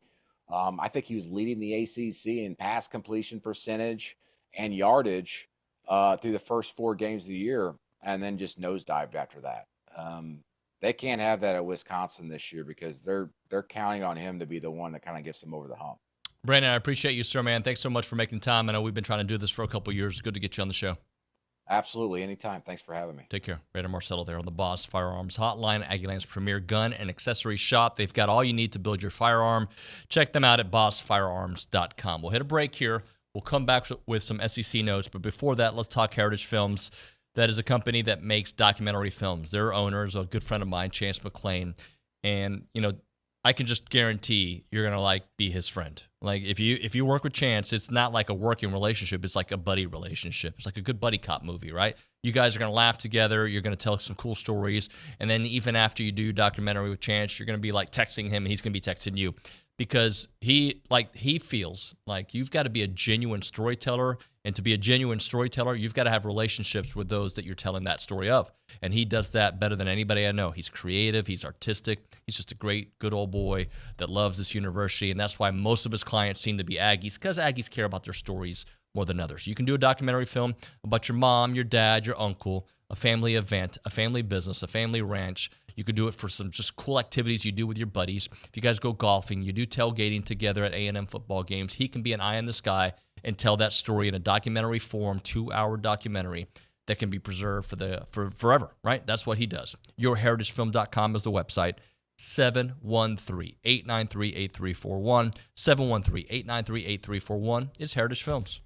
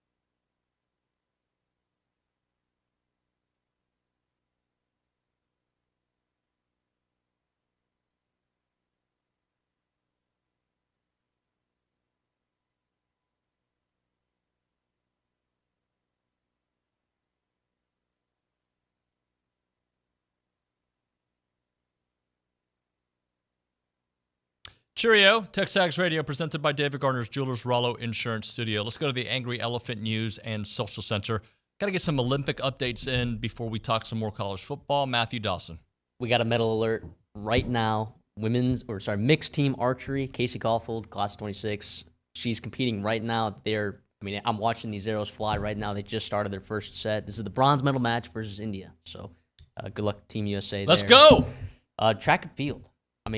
Most of those events start today, and they're going to continue. I think the last event with an Aggie is August 9th for track and field, but you got Lamar Diston, who actually already competed today. Unfortunately, she didn't move on. She did not qualify. She finished 24th, though. Class of 24, finished 24th. Whoop. So there you go. And then Fred Curley also competes today as well. Lyndon Victor also begins the decathlon today. 5 events today, 5 events tomorrow. The events today are the 100-meter, the long jump, shot put, high jump, and 400-meter. And then another medal watch, Sydney Pickram from Canada. She swims the 200-meter individual medley. She finished 4th of all the heats, and she qualified for her semifinals with a time of 2 minutes, 10 seconds, 0.63, which is phenomenal. So medal watch for sure. Her semifinals are later today at 2:30, and then tomorrow the finals are at 2. So hopefully she competes well there. McKenna DeBever from Purdue, she finished 29th today in the same event, and she did not qualify for the semifinals. Coach Henry reminds me 10 Aggies from his track and field program competing. So correct. There you go.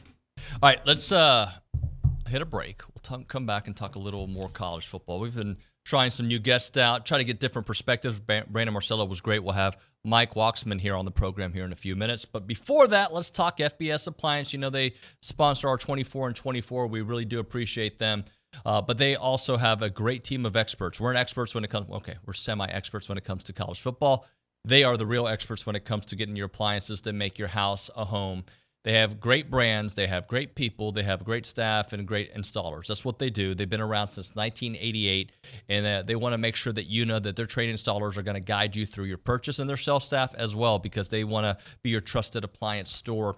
As I've mentioned, their services don't stop at sales. Their expert installers are going to be carried out by skilled technicians who are factory trained. They understand the intricacies of installation, and they want to be known for committing to delivering an exceptional experience from start to finish.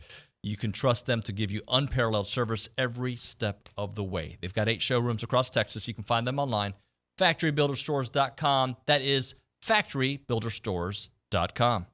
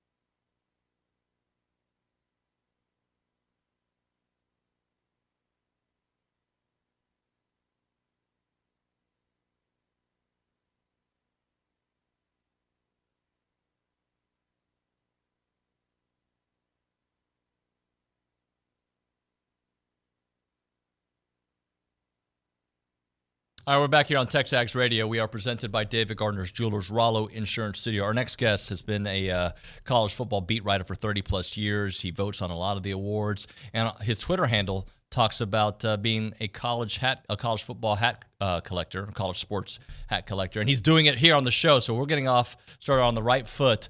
Let's talk to Mike Wachsman here on TexAgs Radio. I love the hat on your debut, man. Great job having the Aggie hat on. Well, I debated about whether to have it or not. I said, well, radio, video, it's like just go with it. And it's kind of an old school, the game, which I like. It's not too busy. So yeah, I've got about 240 of them. 240 hats? Is your Different whole closet colleges, full? Yeah. I've got like some shelving, some wire shelving in my closet, and I just kind of group them by conference alphabetically. Sort of a nerd that way. When I go to a college town, if I don't have one, I try to either see if they've got a fan store in the stadium, or I'll try to go to the student bookstore to see if I can get one. So how much money do you think you spent on hats? That seems like a lot of money. I started when I was about 30, so that was almost 20 years or 30 years ago. So probably more. Probably if I had saved that money, I'd probably be independently wealthy. Mike, well, just kind of give me your history, because I know you've covered many teams throughout the years as a beat writer. What schools did you cover? Basically, I grew up in Columbus, went to Ohio State, covered Ohio State. I worked for an Ohio State publication, but I got to see other Big Ten teams, went to the national championship game the year they played Miami, went on the road a lot, did that for about 25 years. Last year, I went to a couple of MAC games. This year, I'm going to start by going to NC State and Duke in week 1 on Thursday, Friday.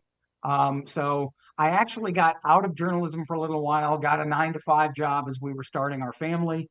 Wife said I was away too long, and you know how it is, happy wife, happy life.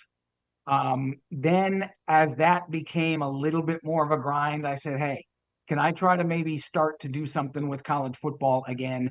And she gave a blessing. So I'm just trying to get back into the entire landscape. So I'm trying to get to some games on Saturdays. I have the YouTube multi-view on 2 TVs, 8 games at one time. And I'm thinking about maybe live streaming that one time just to see that it kind of gets chaotic on a Saturday. Well, hey, I do want to, I guess, start after we did the personal stuff about A&M. I know they're not in your top 25. Can they get in your top 25? And what do you think about Coach Elko in his first year here? I think that he is going to be the breath of fresh air that they need. Just for reference, they were 26, okay, so they don't have to do a whole lot to get in. A lot of it's going to be based on the health of Connor Weigman, obviously, and whether the offensive line can improve on its inconsistency and staying healthy from last season. I think moving Chase Basantis inside will help.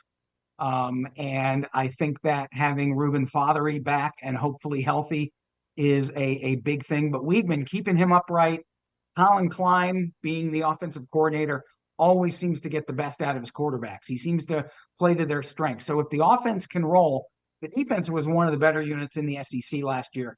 Almost impossible to run on, didn't give up a lot of touchdowns. Get Nick Scorton from Purdue, so they'll be able to get after the passer. So I really think it's on the offense, and I think if the offense can hum and some of the receivers can kind of prove their playmakers, I think A&M could be a surprise. All right, so let's just say that Colin Klein's offense from K-State travels to A&M and it works, okay? Are we talking 9-win kind of team, 10-win kind of team? What do you think? I think this could be a double-digit team. Certainly the schedule has some landmines on it, but it's not like Florida difficult.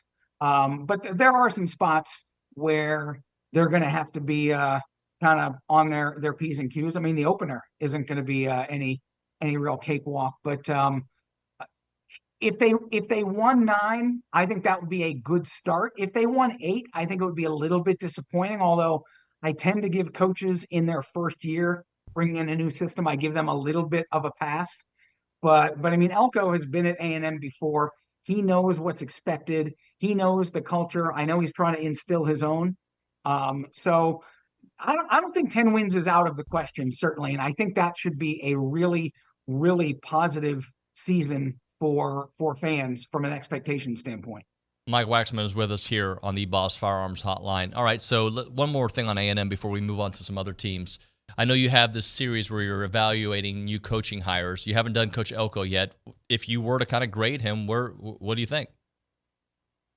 I think for this year, again, I think that they are in the second tier of teams in the SEC. Certainly Georgia, Alabama, Ole Miss, and maybe Missouri, although I have a few reservations about their defense. I think A&M could be in there with LSU and in that second group.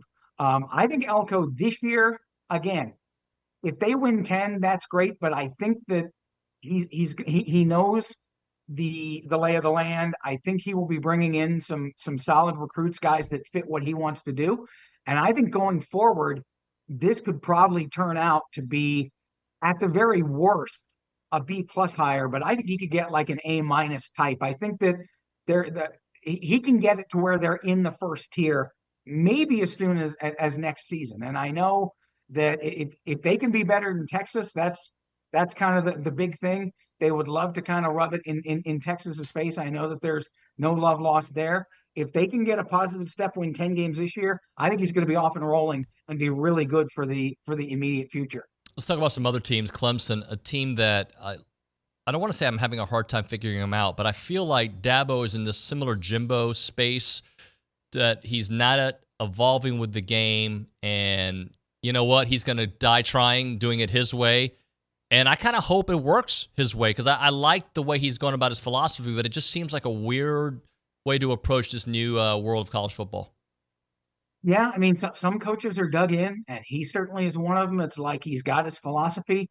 I can understand from a culture standpoint, thinking that if you bring in too many guys, you could upset the apple cart but to bring in none, I think that's a little bit on the extreme side the other way. I like how Ohio State did it. They brought in about 6 or 7, some high-profile guys at a couple of spots. I don't think Dabo would be wrong to do that, but putting the eggs in the basket of redshirt freshmen, sophomores to really be good and kind of have a lot of your success hinge on how much those guys have improved from being a year in the program, rather than maybe having guys who have played. That can be kind of dicey. I will say in the ACC, which isn't super deep, maybe it can work. But I think if he was in another conference, this would probably blow up in his face. And what about a team like SMU? I look at their schedule, I'm like, that's a pretty winnable schedule. They have an offense that travels. Mm-hmm. How do you think they do in year one of the ACC? Yeah, they are not your typical team moving up from G5. I mean, they've got a guy who can really sling it in Preston Stone. I like their running back combo. Rhett Lashley, I think, is really an up-and-comer. And you talked about it. Their schedule does not provide for a whole – I mean, they play Florida State, and that's probably going to be the measuring stick for them. But would it shock me if they were in the ACC title game? Not in the least. A lot of it's going to hinge on the defense. I think the guys up front are pretty good. I worry a little bit about the secondary, but I think SMU is certainly a viable candidate for the ACC title game, along with, like, say, maybe an NC State and a Miami and a Clemson. All right, well, evaluate Miami for us, a team that we played the last couple of years in non-conference. We don't get them this year. How do you see them doing? From a talent standpoint, Mario's gone out and done it. I mean, he was aggressive in the portal. They've really upgraded in recruiting the last couple of seasons. Now it's just putting it together on the field. They had talent last year. They didn't get it done in situations when they needed to.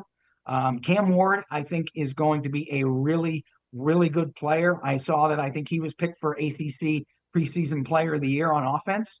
That's a pretty lofty goal for someone who hasn't played in the league, but he's got the tools. And getting Damian Martinez at running back, that's going to be a huge help. The offensive line is a veteran group. So there really are no excuses this year. I think that if they struggle again, 8 wins, 9 wins, then you have to start questioning, is Mario just a recruiter and they can't get it done on game day? So A&M gets Missouri this year. I think this is the 6th game of the year potentially. And they're a team that obviously they have a very nice schedule. They're a team that turned some heads last year. Can they continue that momentum even though they lost a big chunk of their defense? And we haven't seen Missouri do it in back-to-back years in forever. Yeah, that worries me a little bit, as does losing Blake Baker to LSU. I think that a lot of their defensive identity came from him. They were aggressive. So I do wonder about the defense. Brady Cook, though, one of the more underrated quarterbacks in the SEC. Great 1-2 rushing tandem. They're new, so people don't know a ton about them. Marcus Carroll was really good in the Sun Belt. Nate Noel at App State. These guys, I mean, I know that Cody Schrader, everyone loved him, but I think these guys, there's not going to be much of a drop-off in the rushing attack because these two guys are really good. I think that, and they went to the portal, got some offensive line guys. So I do think that Missouri's schedule, like you said, lines up. I think the schedule, they may look from a win-loss standpoint better than they are, but I think they're going to be a pretty good team. Last thing for you, how about Florida State? DJU's now the guy running it there for Jordan Travis. They've lost some guys, obviously. They have last year to think about as they enter this season. Does Florida State take a step forward or maybe a step back? Yeah, you have to wonder mentally, is Mike Norvell going to say, look, guys, we did what we needed to do and we got snubbed? Is he going to have are they going to have a sufficient chip on their shoulder and just go out and say, you know what, we're going to leave no doubt this year? And I certainly it was kind of out of their control, Jordan Travis getting hurt. That wasn't really anything they did. But if they just beat teams so convincingly that there can't be any question, especially with the expanded format, you would think that they're going to be in this year. DJU, while I don't think he's going to wow anybody, I think he's got the veteran makeup to not make a ton of mistakes. Roydell Williams in the backfield is good. You do wonder who's going to catch passes. I know that they lost their weapons from last year, but the offensive line, again, veteran group. I think the defense is going to be really good. And their schedule isn't super hard. So right now, for me, they're the favorite in the SEC. Nationally, can they contend for the national title? I'm not sure. They could be another one who's maybe 12-1, maybe isn't quite as good as their record looks, but I do think they'll be a pretty good team. I really appreciate it. It was a great conversation. Thank you so much, Mike. Appreciate your time. Thanks a lot for having me. Mike Wachsman there on the Boss Firearms Hotline here on TexAgs Radio as I look at a text coming in as I'm trying to do a segment. That's the way to ruin a segment. Good stuff, though, from Mike. I appreciate his time. We'll hit a break here. When we come back on TexAgs Radio, Kay Naegeli with Around Aggieland. We'll get to some of your text messages and your phone calls. We'll be back in 2 and 2.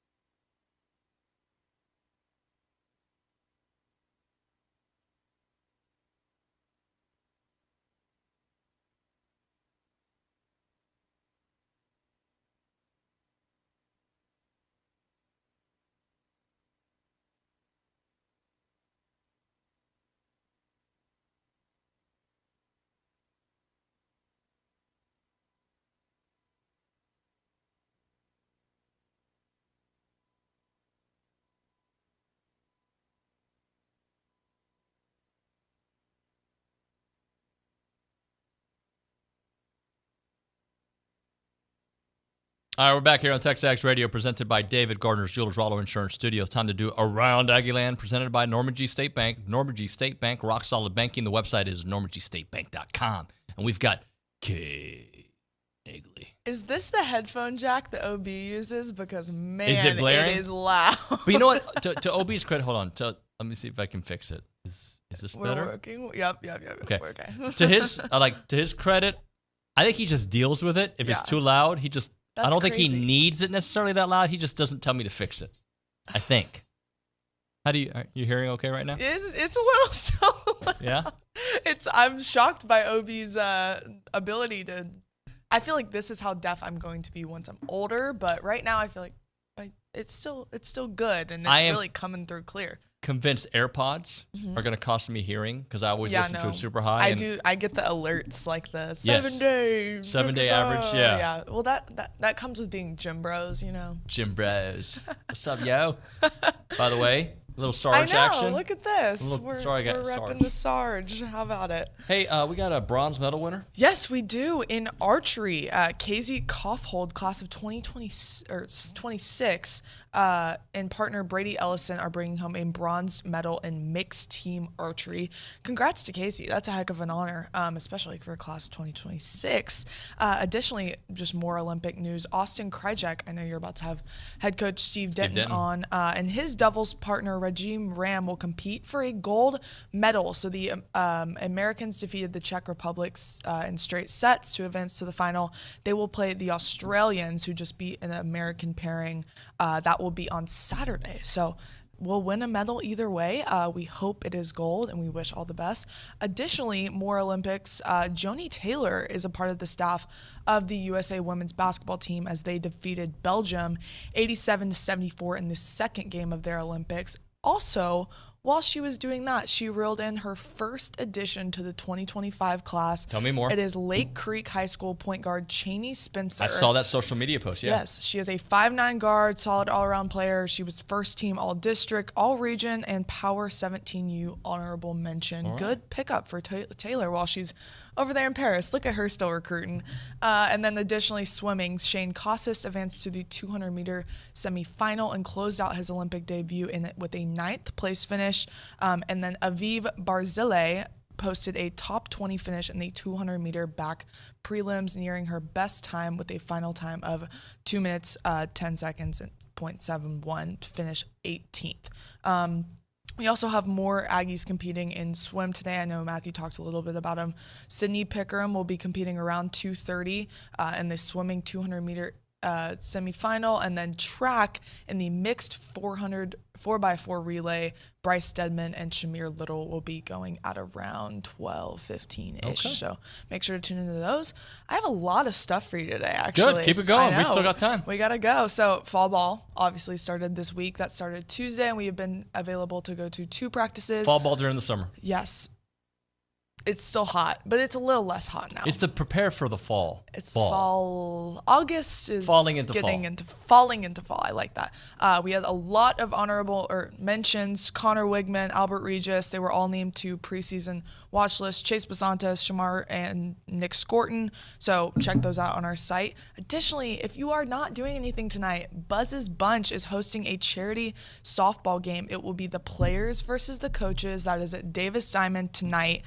Admission to the event is free, but donations are encouraged and can be made at 12man.com/Buzz's Bunch. If you're bored tonight, come on out. That will be a fun event. Even if you're not bored, just go. Even if you're not bored, go support. Absolutely. And then also just want to mention that the A&M basketball will be competing in the Players Era Festival. That will be Thanksgiving weekend in Las Vegas. Maybe we can send OB to that one. Good stuff. Thank you. Is that it? Soccer also. Exhibition this weekend. I might be on there. Saturday against Rice. So. All right, good stuff. Appreciate you. Of course. This text coming in from Spencer from Houston. Nuño needs to watch the new Batman show. There's a new Batman show. I didn't know. Are we talking about the Amazon Prime, the Penguin one? All right, we'll be back. TexAgs.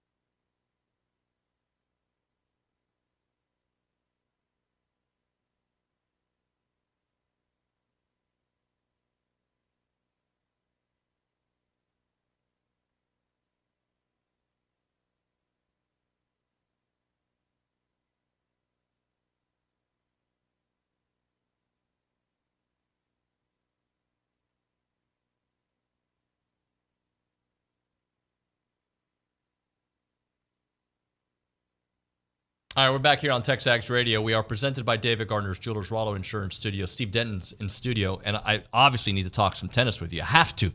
But we just had a football breakdown. I thought I was talking to an offensive line and defensive line coach. You love to watch, you like that part of the game. Well, I look kind of like an offense and defensive lineman. So, yeah, I've loved the game my whole life. And I know in the SEC, obviously the offense and defensive lines and the linebackers, if you do really well in that area, I think you're going to win games, especially in the SEC. And then what we didn't talk about was I think because of the physicality of the sport, you've got to have some really good backups because you're going to lose probably 20 to 30% of your starters during the season just because of how tough it is out there. And you got to have great backups to be able to do that. A lot of teams in the past, have been kind of just their first 22 guys. Yep. And once those guys went down, they didn't have really a great player to replace them, and that's when those teams kind of faltered. But I think Mike's doing a great job of getting the type of players where we're getting 2 or 3 deep, which allows us to be able to compete with the best in the country. I think one of the cool things about when coaches come into studio or any guest comes in the studio, the conversations we have at the break, one of the things I learned about you there was that you watch all sports. You love basketball, you love baseball, you love football. You're a sports junkie. I am. I've loved sports since I was a little kid. Yeah. And I was fortunate enough to get to play one of them professionally. I thought I picked the one that I could potentially make it in. I was a basketball player in high school. Could have probably played college basketball, but I realized way back when I watched Phil Ford with North Carolina run the 4 corners. And I looked at that and I thought, there's no way that I can stay up with this guy because I was a guard as well. And I may score 25, but then my opponent's going to score 35, so we're minus 10. So I thought probably it was better for me to put a net between me to give me a chance to go make some money and play a pro sport that I love. And so I picked tennis when I went to college. All right, and then last thing about football before we get into stuff happening in the Olympics and just your program. Coach Elko, you mentioned him. Have you had many encounters with him? What do you think so far? Yeah, I love him. We said it during the break. I think the thing about him that I really love is his humility. I think when you have a conversation with him, he is focused on you. And he's got a lot on his mind, obviously, and people are pulling him all different directions. But he has a great sense of making you feel important. I think that resonates with our young kids and their families with regard to recruiting. And as a result of that, I think he's going to be really successful here. Well, on last Saturday, you were at our preseason kickoff for a little bit. And when I mentioned you, I talked about the Olympics. And Austin is here on the doorstep of a gold medal. How cool has it been to see his run? Yeah, what an amazing kid. He won our national championship, which has actually just started today in Kalamazoo, Michigan. Then he went to the U.S. Open as a young player, realized he wasn't good enough, so he came back to school. He was a 4-time All-American for us. He's the face of our program. He ended up winning the NCAA doubles with his teammate Jeff D'Adamo while he was with us. And then last year he won the French Open, which gave him a lot of confidence to be able to play well on clay. And then a couple of days ago, all the Aggies saw he and his partner Rajiv Ram beat Rafael Nadal and Carlos Alcaraz, and probably those are huge names. And probably Nadal's last match on the center court at Philippe Chatrier and at the French Open. And then even what was more impressive was yesterday.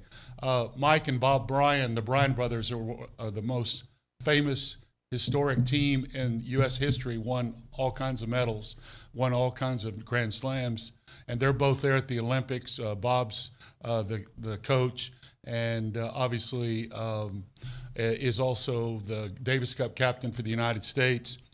And he and I kind of were talking during the match. I said, he needs to do this, he needs to do this, and he was in agreement.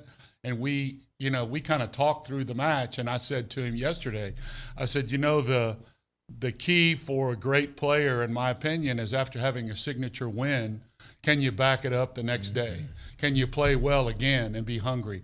And yesterday they won 6-2, 6-2 in the semifinals, which is a thrashing in doubles. And so now they wait to see who they're going to play there. They're going to play the other American team, Taylor Fritz and Tommy Paul, who are both perennial top 10 level players.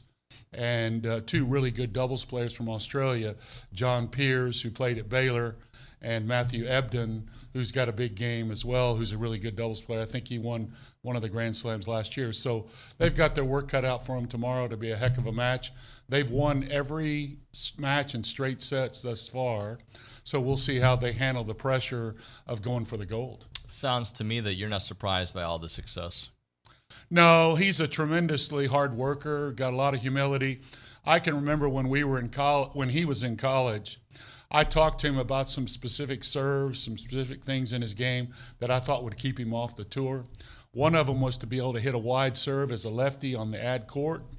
And so on match point against Alcaraz, he hits an ace out wide, and we talked about it afterwards. He said, yeah, I was saving that one, Coach. And it was so cool to see his 14 or 15 years on the tour of how he's really just continued to get better and better and better, to not be deterred by losses along the way. It was amazing to watch. And when we were here at school together, our office was sitting next to Court 1. And so in the morning when I would come to work, I would hear bang, bang, bang. That was him out practicing his serve on his own. It was that kind of work ethic that he had is the reason why he's as successful today.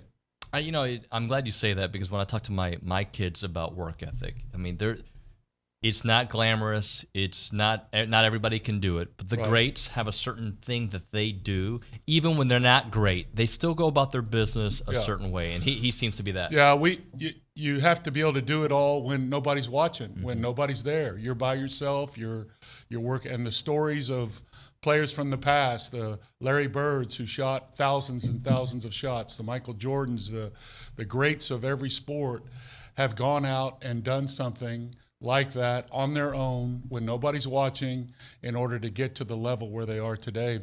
It's not because they have all the talent necessarily, but they have the work ethic, they have the determination to dust themselves off after they get knocked to the ground, get back up and get back in the race, and that's typically the guy that you see in positions like Austin's in tomorrow. Regardless of winning the gold or the silver, what does this mean for the program, and maybe even from a recruiting perspective, and for the current players to kind of see could be my future? Yeah, it's unbelievable. I mean, the impact, as I said, he's the face of our program. The impact that he has, I think currently I counted maybe 11 guys playing the professional tour, 6 on the main tour right now, and we're the winningest program in the SEC. Our guys know that. They want to go play pro tennis. I have 3 guys from this year's senior team that I know that will go out to try it as well.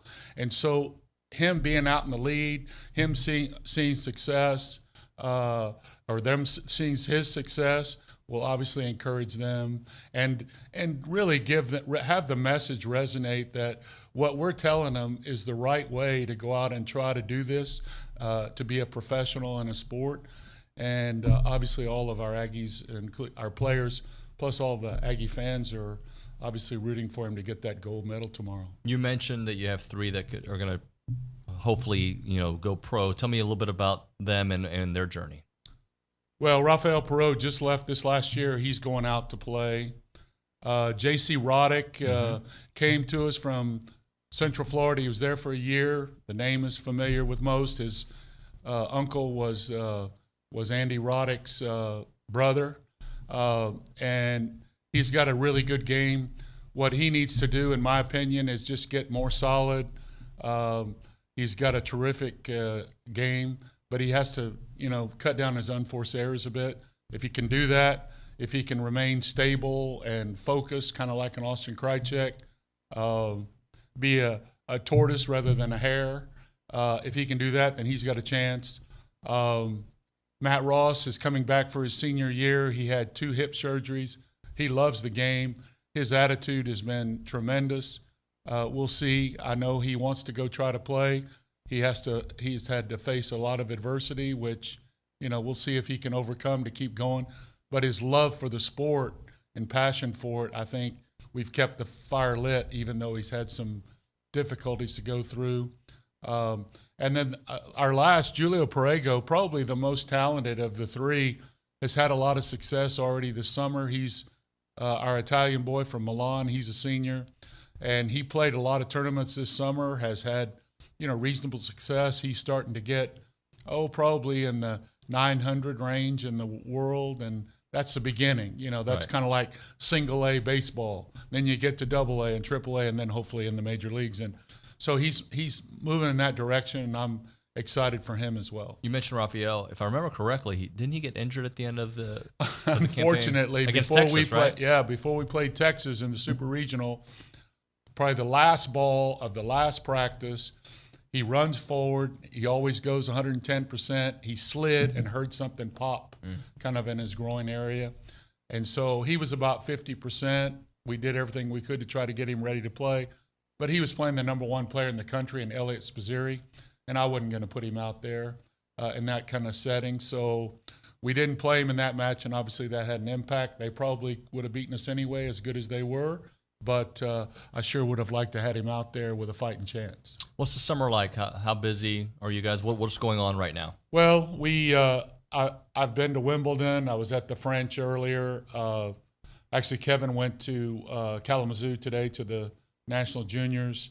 And we've had our camps this summer. And then I'm working with the guys that have hung around this summer, that 4 or 5 guys. In fact, after we're done today, I'm going to go practice with them for a couple hours. And, it's a never-ending battle, plus the recruiting. Right. Got recruits coming pretty soon when the football season starts. So it starts all over again. When you look back at this past season, how proud are you of the team, considering injuries, a little bit of a losing streak right before the tournaments, and then finding kind of your groove at the end? Well, I mean, that's what it's all about, is kind of the periodization aspect of it, of trying to be able to play your best tennis at the end.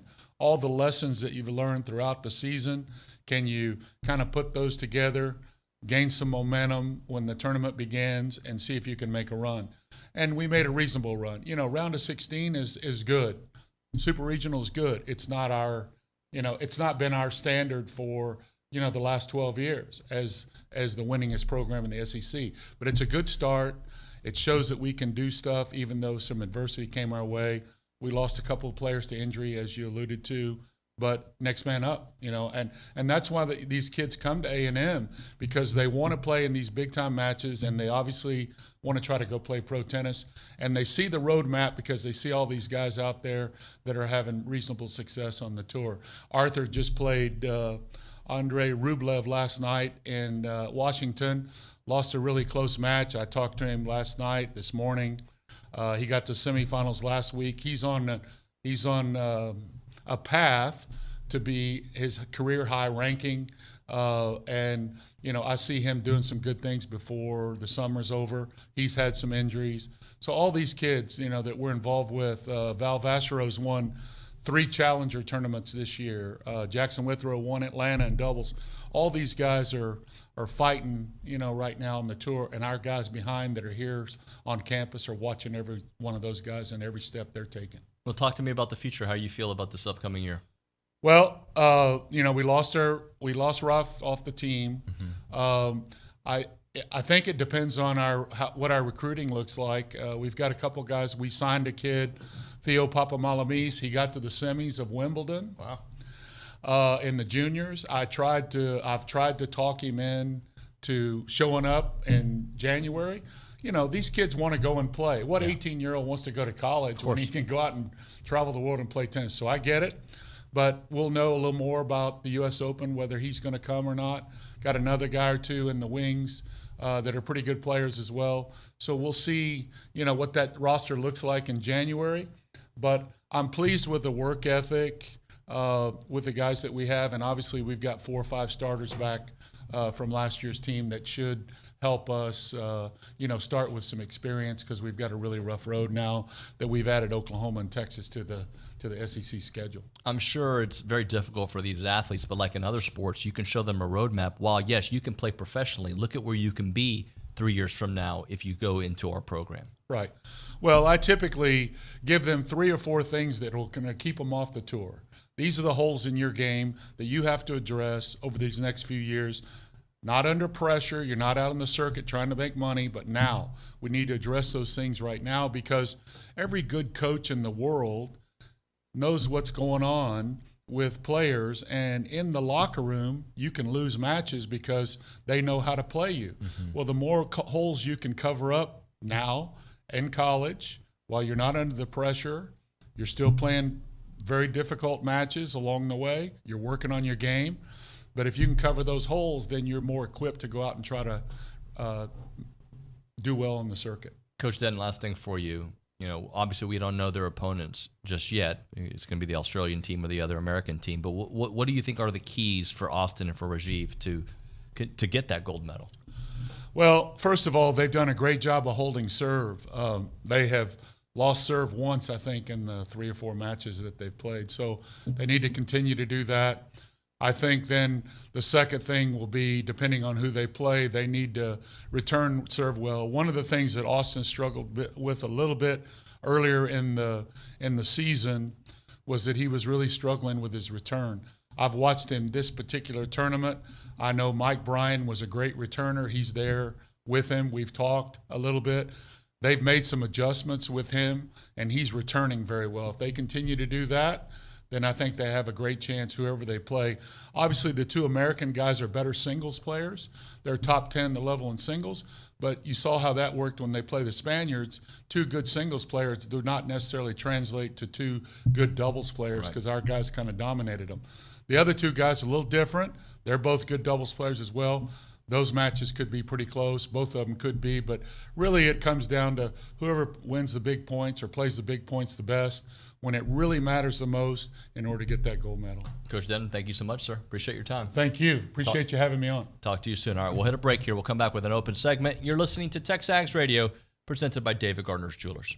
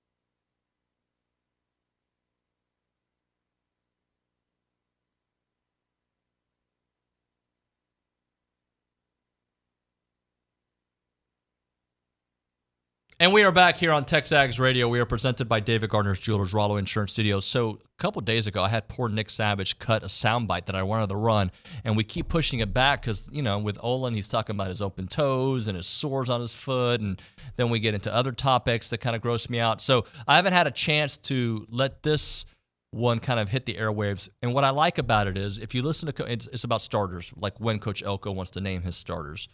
But what I like about his response in this is that, look, there are some guys that for sure, we're penciling them in as starters.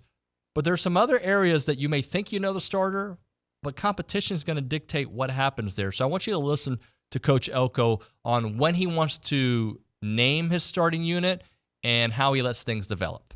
Yeah, so I think we go into fall camp with, a much bigger body of work than you go into spring ball with. And so I think there's some positions where you say, okay, we kind of feel like this guy's going to be a starter, or this guy has earned the right to be a starter, Torian York, for example, and whereas in the spring, we maybe would rotate through a bunch of guys into that position. There's certain guys that right now have entrenched themselves through work with our program that they'll kind of be with the ones. But then you also have a lot of open positions, right? The third, fourth, fifth offensive linemen, where we're going in the secondary with every single one of those spots. And I think those things will probably play out through pretty much all of fall camp, which to us ends with the second scrimmage. Fall camp to us is whatever that is, somewhere around practice 16, 17, the second scrimmage. And then you kind of transition into Notre Dame prep. And at that point, you'd like to establish your depth chart. So it's probably a little bit more than the spring, but still quite a few what I would call wide open position battles going in.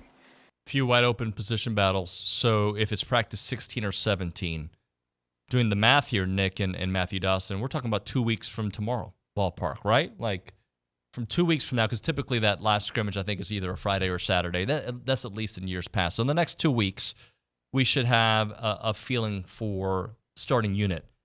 But when you bring in 2-3 guys that can compete for a position, no job should and will be safe, right? No job. Now, there are some jobs that we're pretty confident, like, Torian York, as he mentioned, that soundbite, that's our guy.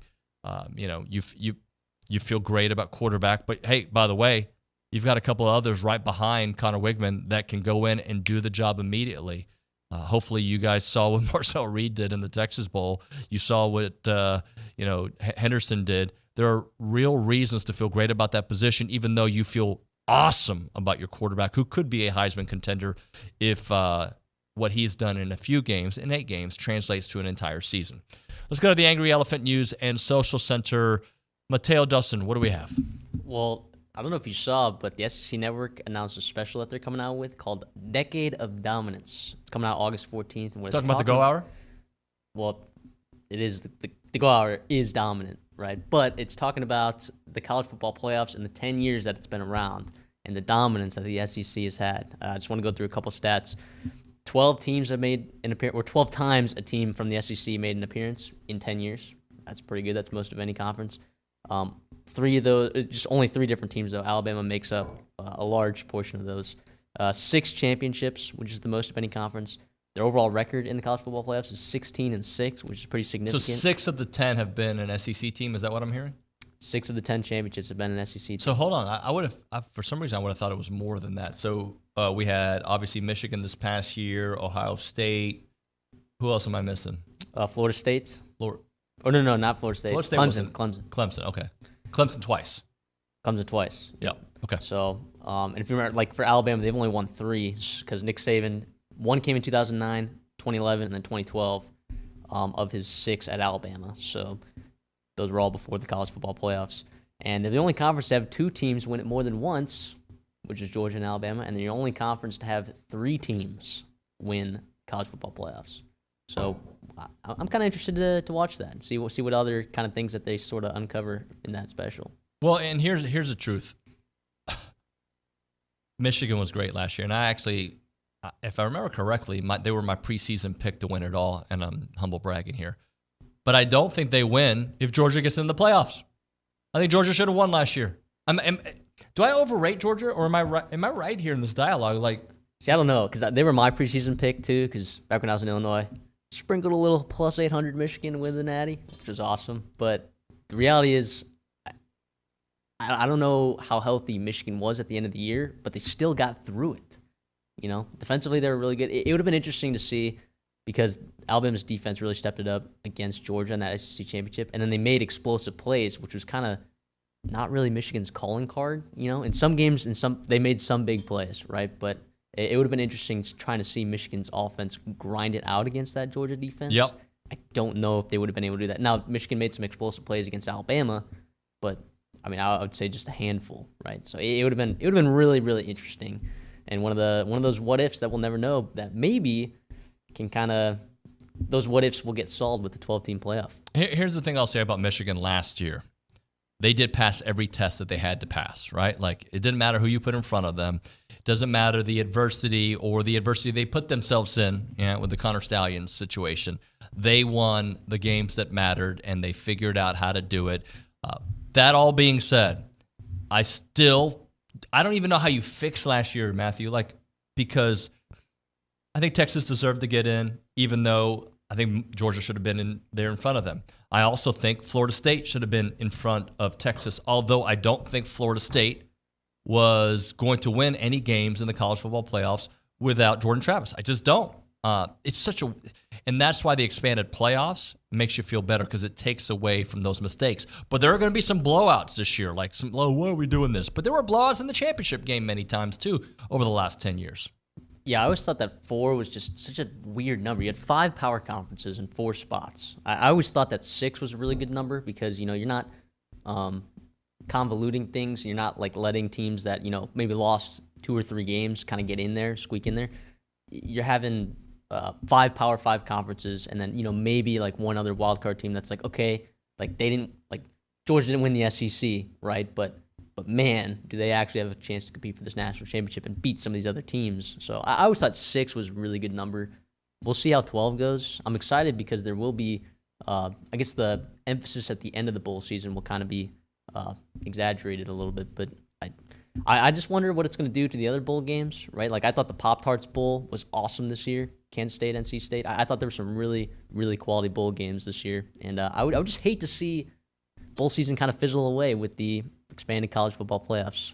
All right, humor me for one quick minute, because we spoke about Clemson earlier, and with Mike Wachsman, and I look at their schedule and I'm like, because I like Dabo Swinney, I do. I know I'm in the minority here. I get it. Whatever. I like him, but he is becoming a dinosaur in this industry. But I kind of hope it works out. And then I look at their schedule. You open up with Georgia, loss. App State, loss. I'm kidding. That's it. Tell me where you see losses, Matthew. All right, let's go through. We'll do it together. Sure. Clemson versus Georgia. That's a loss. All right. App State win. Hosting NC State. That's a toss-up. That is a toss-up. That is right? a huge toss-up game to me. It helps that it's at home. Yeah, but if that's a Carter Finley, I'm taking NC State all day. Okay, so one loss still under this scenario. Stanford, they win. They host Stanford. Right. At Florida State. Loss. Yeah. At Wake Forest. Win. Hosting Virginia. Win. Hosting Louisville. Sneaky, but I think that's a win. Going to Virginia Tech. Loss. Circle that one right there. So that's 3 losses. Pitt. At Pitt. That's a win. That's a terrible roster. Hosting Citadel. That's a win. And hosting South Carolina. You would think that's a win, but if South Carolina is healthy in that defensive front by the end of the year, that front 7, I mean, they could do a lot of damage, I think, to that offensive line. Yeah. All right, we'll hit a break. David Sandhop will be here. We'll chit-chat with David for a few minutes. Right now, we're talking about Caldwell Country Chevrolet. You can find them on Highway 21 in Caldwell and online at caldwellcountrychevrolet.com. This is not the main reason you go to Caldwell Country Chevrolet, but I think it's a great reason to go. I want you to know that they will have free oil changes for life on your purchase for as long as you own your vehicle. Now, that's not the reason to buy a car there, but it sure is a reason to buy your car there. And then if I throw in the other reasons, like the best customer service, hello, complimentary pickup and delivery, hello. Why am I saying hello? Also, great pricing, hello. And also great trade-in value. Should I say hello again? Hello. You get all those things, That's why you go to Caldwell Country Chevrolet. I'm telling you, Adam Dunker and his crew over there are doing amazing work, and you will love the pricing, the situation, and they are, of course, a proud supporter of Aggie Athletics. They have a strong and committed sales staff with many years of experience satisfying customer needs. It's about a 15-minute drive. Brian and Caldwell, a short conversation away, but you'll see the difference when you step on the lot and you do business with the great people there at Caldwell Country Chevrolet. Highway 21 in Caldwell, online, caldwellcountrychevrolet.com.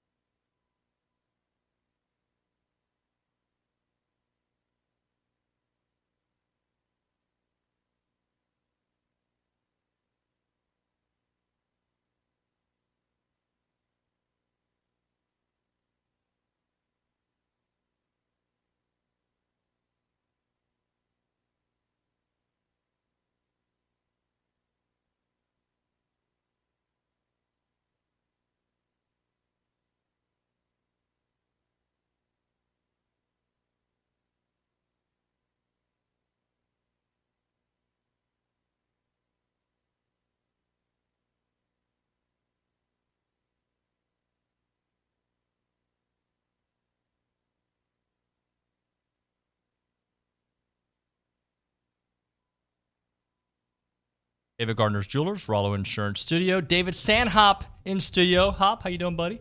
Doing good. Doing good. So I guess today we're going to talk a little basketball, maybe even some football thoughts, but I thought it'd be, the right timing for you to talk about some changes going on in your career.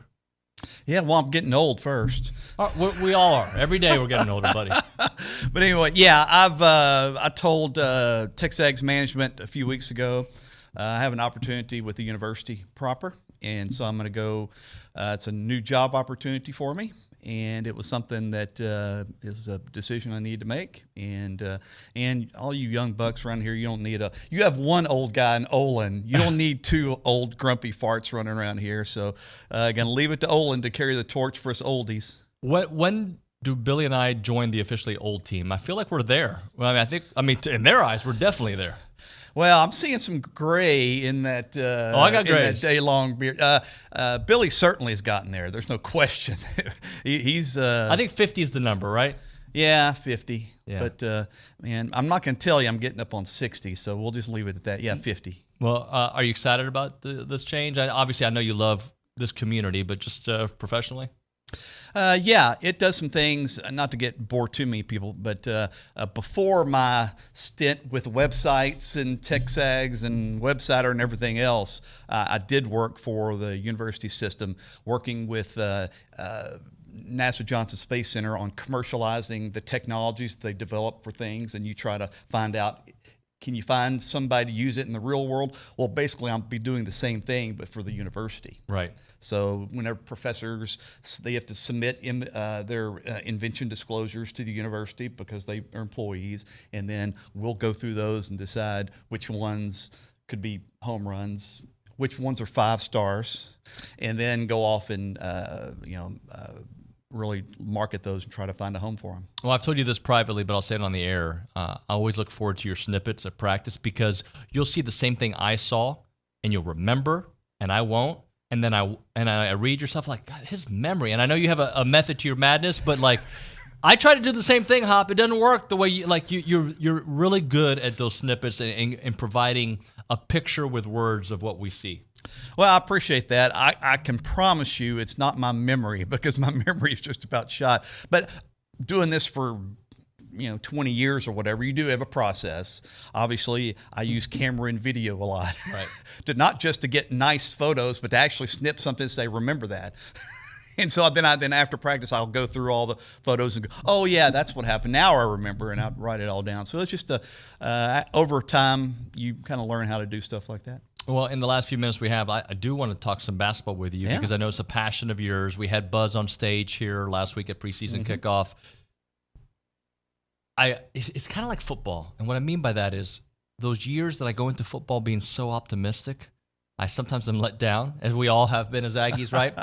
Basketball-wise, I think last year ended up being a really nice year.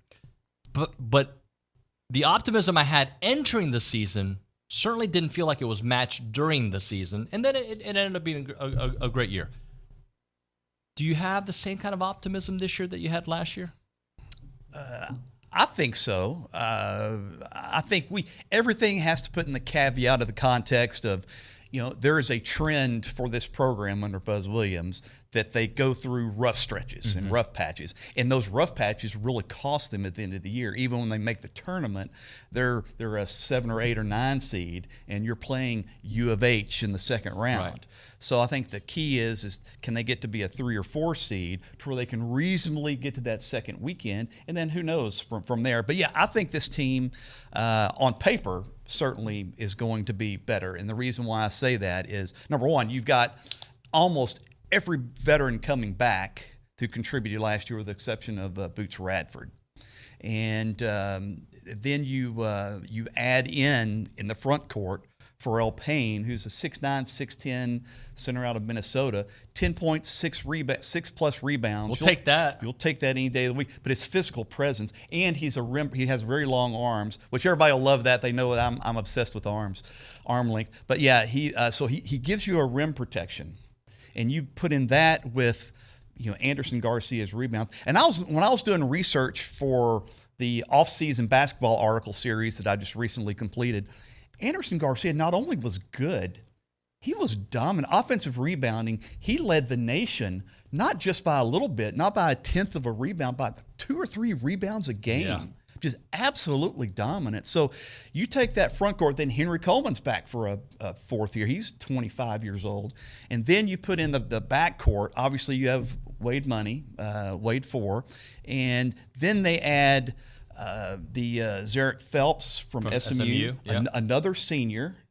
Then you've got, and he can score, by the way. And he can score very similar. He's gonna. There are not a lot of sharpshooters in this group, other than C.J. They brought in C.J. Wilcher also, who can play some D and score, right? Yeah, yeah. But I think to me the key for the backcourt, obviously after Wade, Manny, and we saw this team transform at the end of last year when the light bulb went off for Manny. He completely changes the dynamic of the backcourt because he's so physical.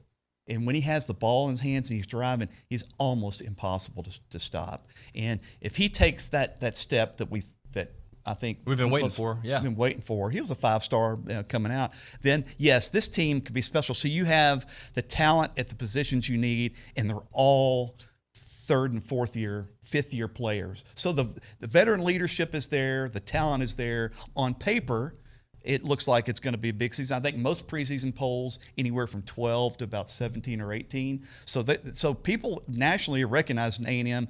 This is a team to be reckoned with. So obviously replacing Boots, you don't, right? Like it's like Dexter Dennis. It's hard to replace that kind of value. But when you look at last season, I feel like it was either Boots having a big day or Wade having a big day. It wasn't often, and it did happen, where they both had a big day. So what about the consistency from maybe multiple positions this year? Well, the front court, I'm not worried because, I mean, we know where we're getting out at Garcia and Coleman. I think in the back court, what you see is, I'm going to go back to Manny because if you look those last 5 or 6 games, he averaged double digits. So he was giving that production that Boots gives. I think if you look at Boots' numbers last 5 or 6 games, they were down not in a negative way. It's just that he was sharing production with Manny. So I think I'm looking to with the combination of Manny and Zarek Phelps, who averaged 14 or 15 points at SMU last year, there's plenty of scoring production there. There's plenty of playmaking there. I think to me with Boots was the backbone just mentally of this program for the last 3 years. Just tough. Tough as boot leather, so as Buzz would say. So that's going to be the issue is can you replace his toughness, his leadership, those intangibles he brought to the table? Because from a production standpoint, I think it's there. And as for free throw shooting, something that Buzz joked about at the preseason kickoff, interestingly, they've had these battles before, right? They had one season where they really struggled from the line, and then the next year they were fantastic. Do you think it was more of a mental thing as they started missing, it kind of became a pandemic? You know, that's probably the toughest question you're ever going to ask me because it's one of those things where, with free throw shooting, I don't know. I mean, but their free throw shooting has almost been as streaky as the way they played throughout his tenure. I don't know. I will say, interesting, because I'll bring up free throw shooting. Pharrell Payne with Minnesota. Looked at his numbers. He has 47.5% free throw shooting last year. And you're going, oh no. Yeah. Well, anyway, you look into it. He shot like 25% the first 20 games of the year, and he shot 75% the last 10 games. I feel like we got to ask him about that. What changed? It's like, so, and I think I agree with this. A lot of times it's with people, with the players who aren't consistently shooting 75, 80%, and they're down in the 60s. It probably is just, it's a concentration thing. It's a mental thing. Once you miss 1, then you miss 2, then you miss 3, and it's like, oh no. So I don't know. The free throw shooting has always been a mystery to me over all of basketball, especially at the collegiate level. So your expectation is for A&M to hopefully be top 4 or 5 in the SEC?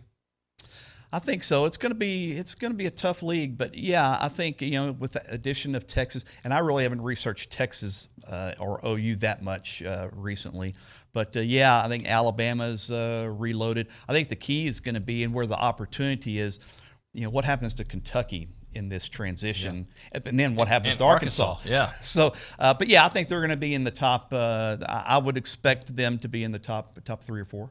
Hop, I appreciate your time, man. We're gonna miss seeing you around, but I'm sure we'll still see you. I'll be around every town. basketball game ever, right in the same spot, right? Yeah.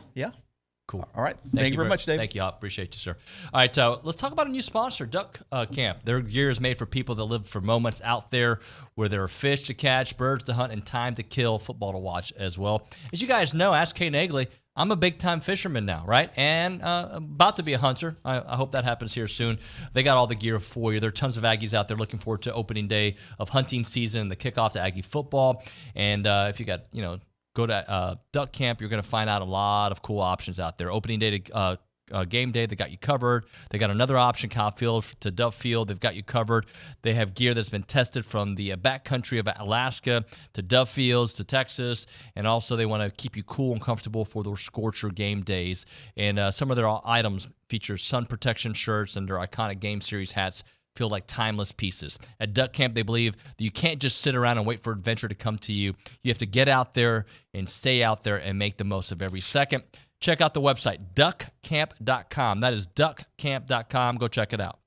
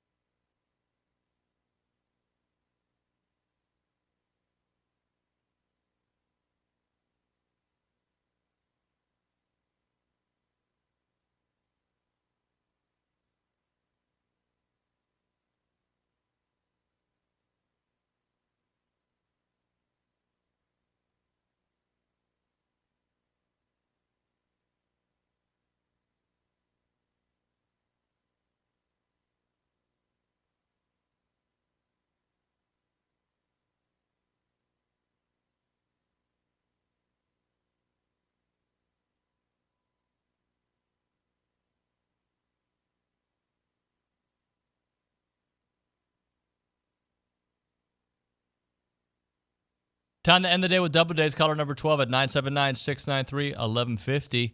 Double Days is going to hook you up with your choice of a dozen pepperoni rolls or a large one-topping pizza. They've been around Aggieland since 1984. Of course, they have those world-famous pepperoni rolls. Check them out. They're not open on Mondays, but they are open on Fridays, so you better jump on it. 979-693-1150.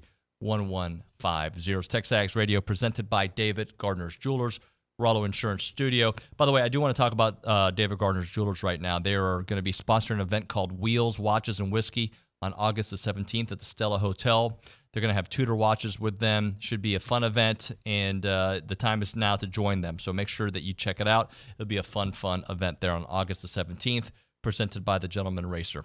All right, let's go to the Angry Elephant News and Social Center. Matthew Dawson, what's your question, buddy? Well, let's play a game, David. Okay. I'm looking at one particular sports book. I'm not going to say which one it is, and it's going to be different for every sports book. But this sports book, I'm going to ask you, how many SEC players do you think are in the top 10? SEC players? SEC players are in the top 10 in the Heisman Trophy odds for this particular sports book. I'm going to say top 10, 6. Wow, that's pretty close. How many was it? It was 7. 7, okay. Do you think you can name all of them? I'm just going to look at teams and tell you who they would have on that team. All right, so Jalen Milroe. Yep, he's on there. Let's see. Carson Beck. He's on there. Plus 750. Second. Connor Wigman. He's on there. He's number 10, 20-1. Quinn Ewers. He's on there. He's plus 1,000. Nico. He's on there. Plus 1,400. Tied with Jalen Milroe. Dylan Gabriel. Yes, but he's no longer SEC. Oh, that's right. He's in but Oregon. He is. He's Oregon. Sorry. He's the favorite, though, to win the Heisman. That's 5 I've given you, right? Yep, 2 more. I think you're on the right track here. Is it another quarterback? They're both quarterbacks. They're both quarterbacks. All right, let me see. Who am I missing? It's not Brock Vandergriff. Did I say Nussmeier? You haven't said Nussmeier? That's him at plus 1,800. Okay, and I said Nico, right? You said Nico. Oh, Jackson Dart. There you go. Gotta ding, be ding, Jackson ding. Dart, yeah. Plus 1,400, tied with Nico and Jalen Milroe. So 7 of the top 10. So no position players, just quarterbacks? Is that just right? Quarterbacks in the top 10. Now, you have to scroll down a little bit to get to the first SEC player that has Heisman odds, and that's Luther Burden at plus 6,500. So 65-1. I don't know. What number is he on the list? Does it say? It doesn't say the number, but it's pretty far down, probably 15, 20 range. Okay, and 20 then range, who's number 1 on the odds? Dylan Gabriel. Plus 700. The first SEC player quarterback is going to be Carson Beck? Carson Beck. Quinn Ewers is probably the next one? Yep. Then it's the 3-way tie. Jalen, Jackson. And Nico. Nico. Yeah, plus 1,400. Hey, look, I'm not becoming a believer in Nico because I haven't seen him play. But enough people have talked about him that he must be that special of a player. Everybody in the world's like, Nico! I don't know why they say it like that, but that's how they say it when they say his name. Yeah, I think some of these odds, though, are driven by, fans and just kind of media coverage. I think Nico gets a lot of media coverage. Was Connor for example, Arch Manning has odds, right? And that's he's clearly not the starting quarterback, right? Jaden Mayava at USC. I don't think he's going to have the starting quarterback job there over Miller Moss, but he has odds at 65-1. Same as Luther Burden's, So it's all interesting. Quinshon Judkins is going to be a split back at Ohio State. He's on there. He's got odds. Trevor Etienne's probably going to split carries at Georgia. So I think there's a lot of it's media driven. Was Connor the 6th or 7th listed SEC player? Connor was the 7th. He's actually tied with Riley Leonard for 10th at 20-1. So, but hey, look, I don't know if last year necessarily was a year for SEC quarterbacks, but it sounds like this is the year for SEC quarterbacks. Sounds like the year for SEC quarterbacks. Well, hopefully, some of the quarterbacks have a terrible year, and our guy has a great year. That's all I want. CW15, baby. Let's start wearing that tattoos all around Aggieland, CW15. If they win a national championship, will you get CW15 on your back? On my butt. Matthew, I expect that from Olin Buchanan, but not from you. I heard it's easier to get a tattoo there. It doesn't hurt as much because there's more fat? I think so. I think that's probably the theory. Oh, well. I don't even know how to follow that up, buddy. Thank you very much. Appreciate you. All right, guys. That's going to do it for TexAgs Radio on a Friday. We had a fun show today. I think, we had some good guests. Brandon Marcello, I really enjoyed my conversation with him. Mike Wachsman from CFB Focus, obviously Olin Buchanan. Steve Denton in studio. We talked tennis. We talked Olympics. We talked football. That was fun conversation. And then Hop saying goodbye. On Monday, this is what I can tell you. A gentleman by the name of Olin Buchanan will be on the show. A gentleman by the name of Bill Lucci will be on the show. And we also have Adam Redenberg of ESPN joining the show at 9 a.m. So we got a fun Monday planned for you. The rest of the week, I'll just piece it together as we go. That's going to do it for TexAgs Radio. We'll see you all on Monday. Thanks so much for watching and listening.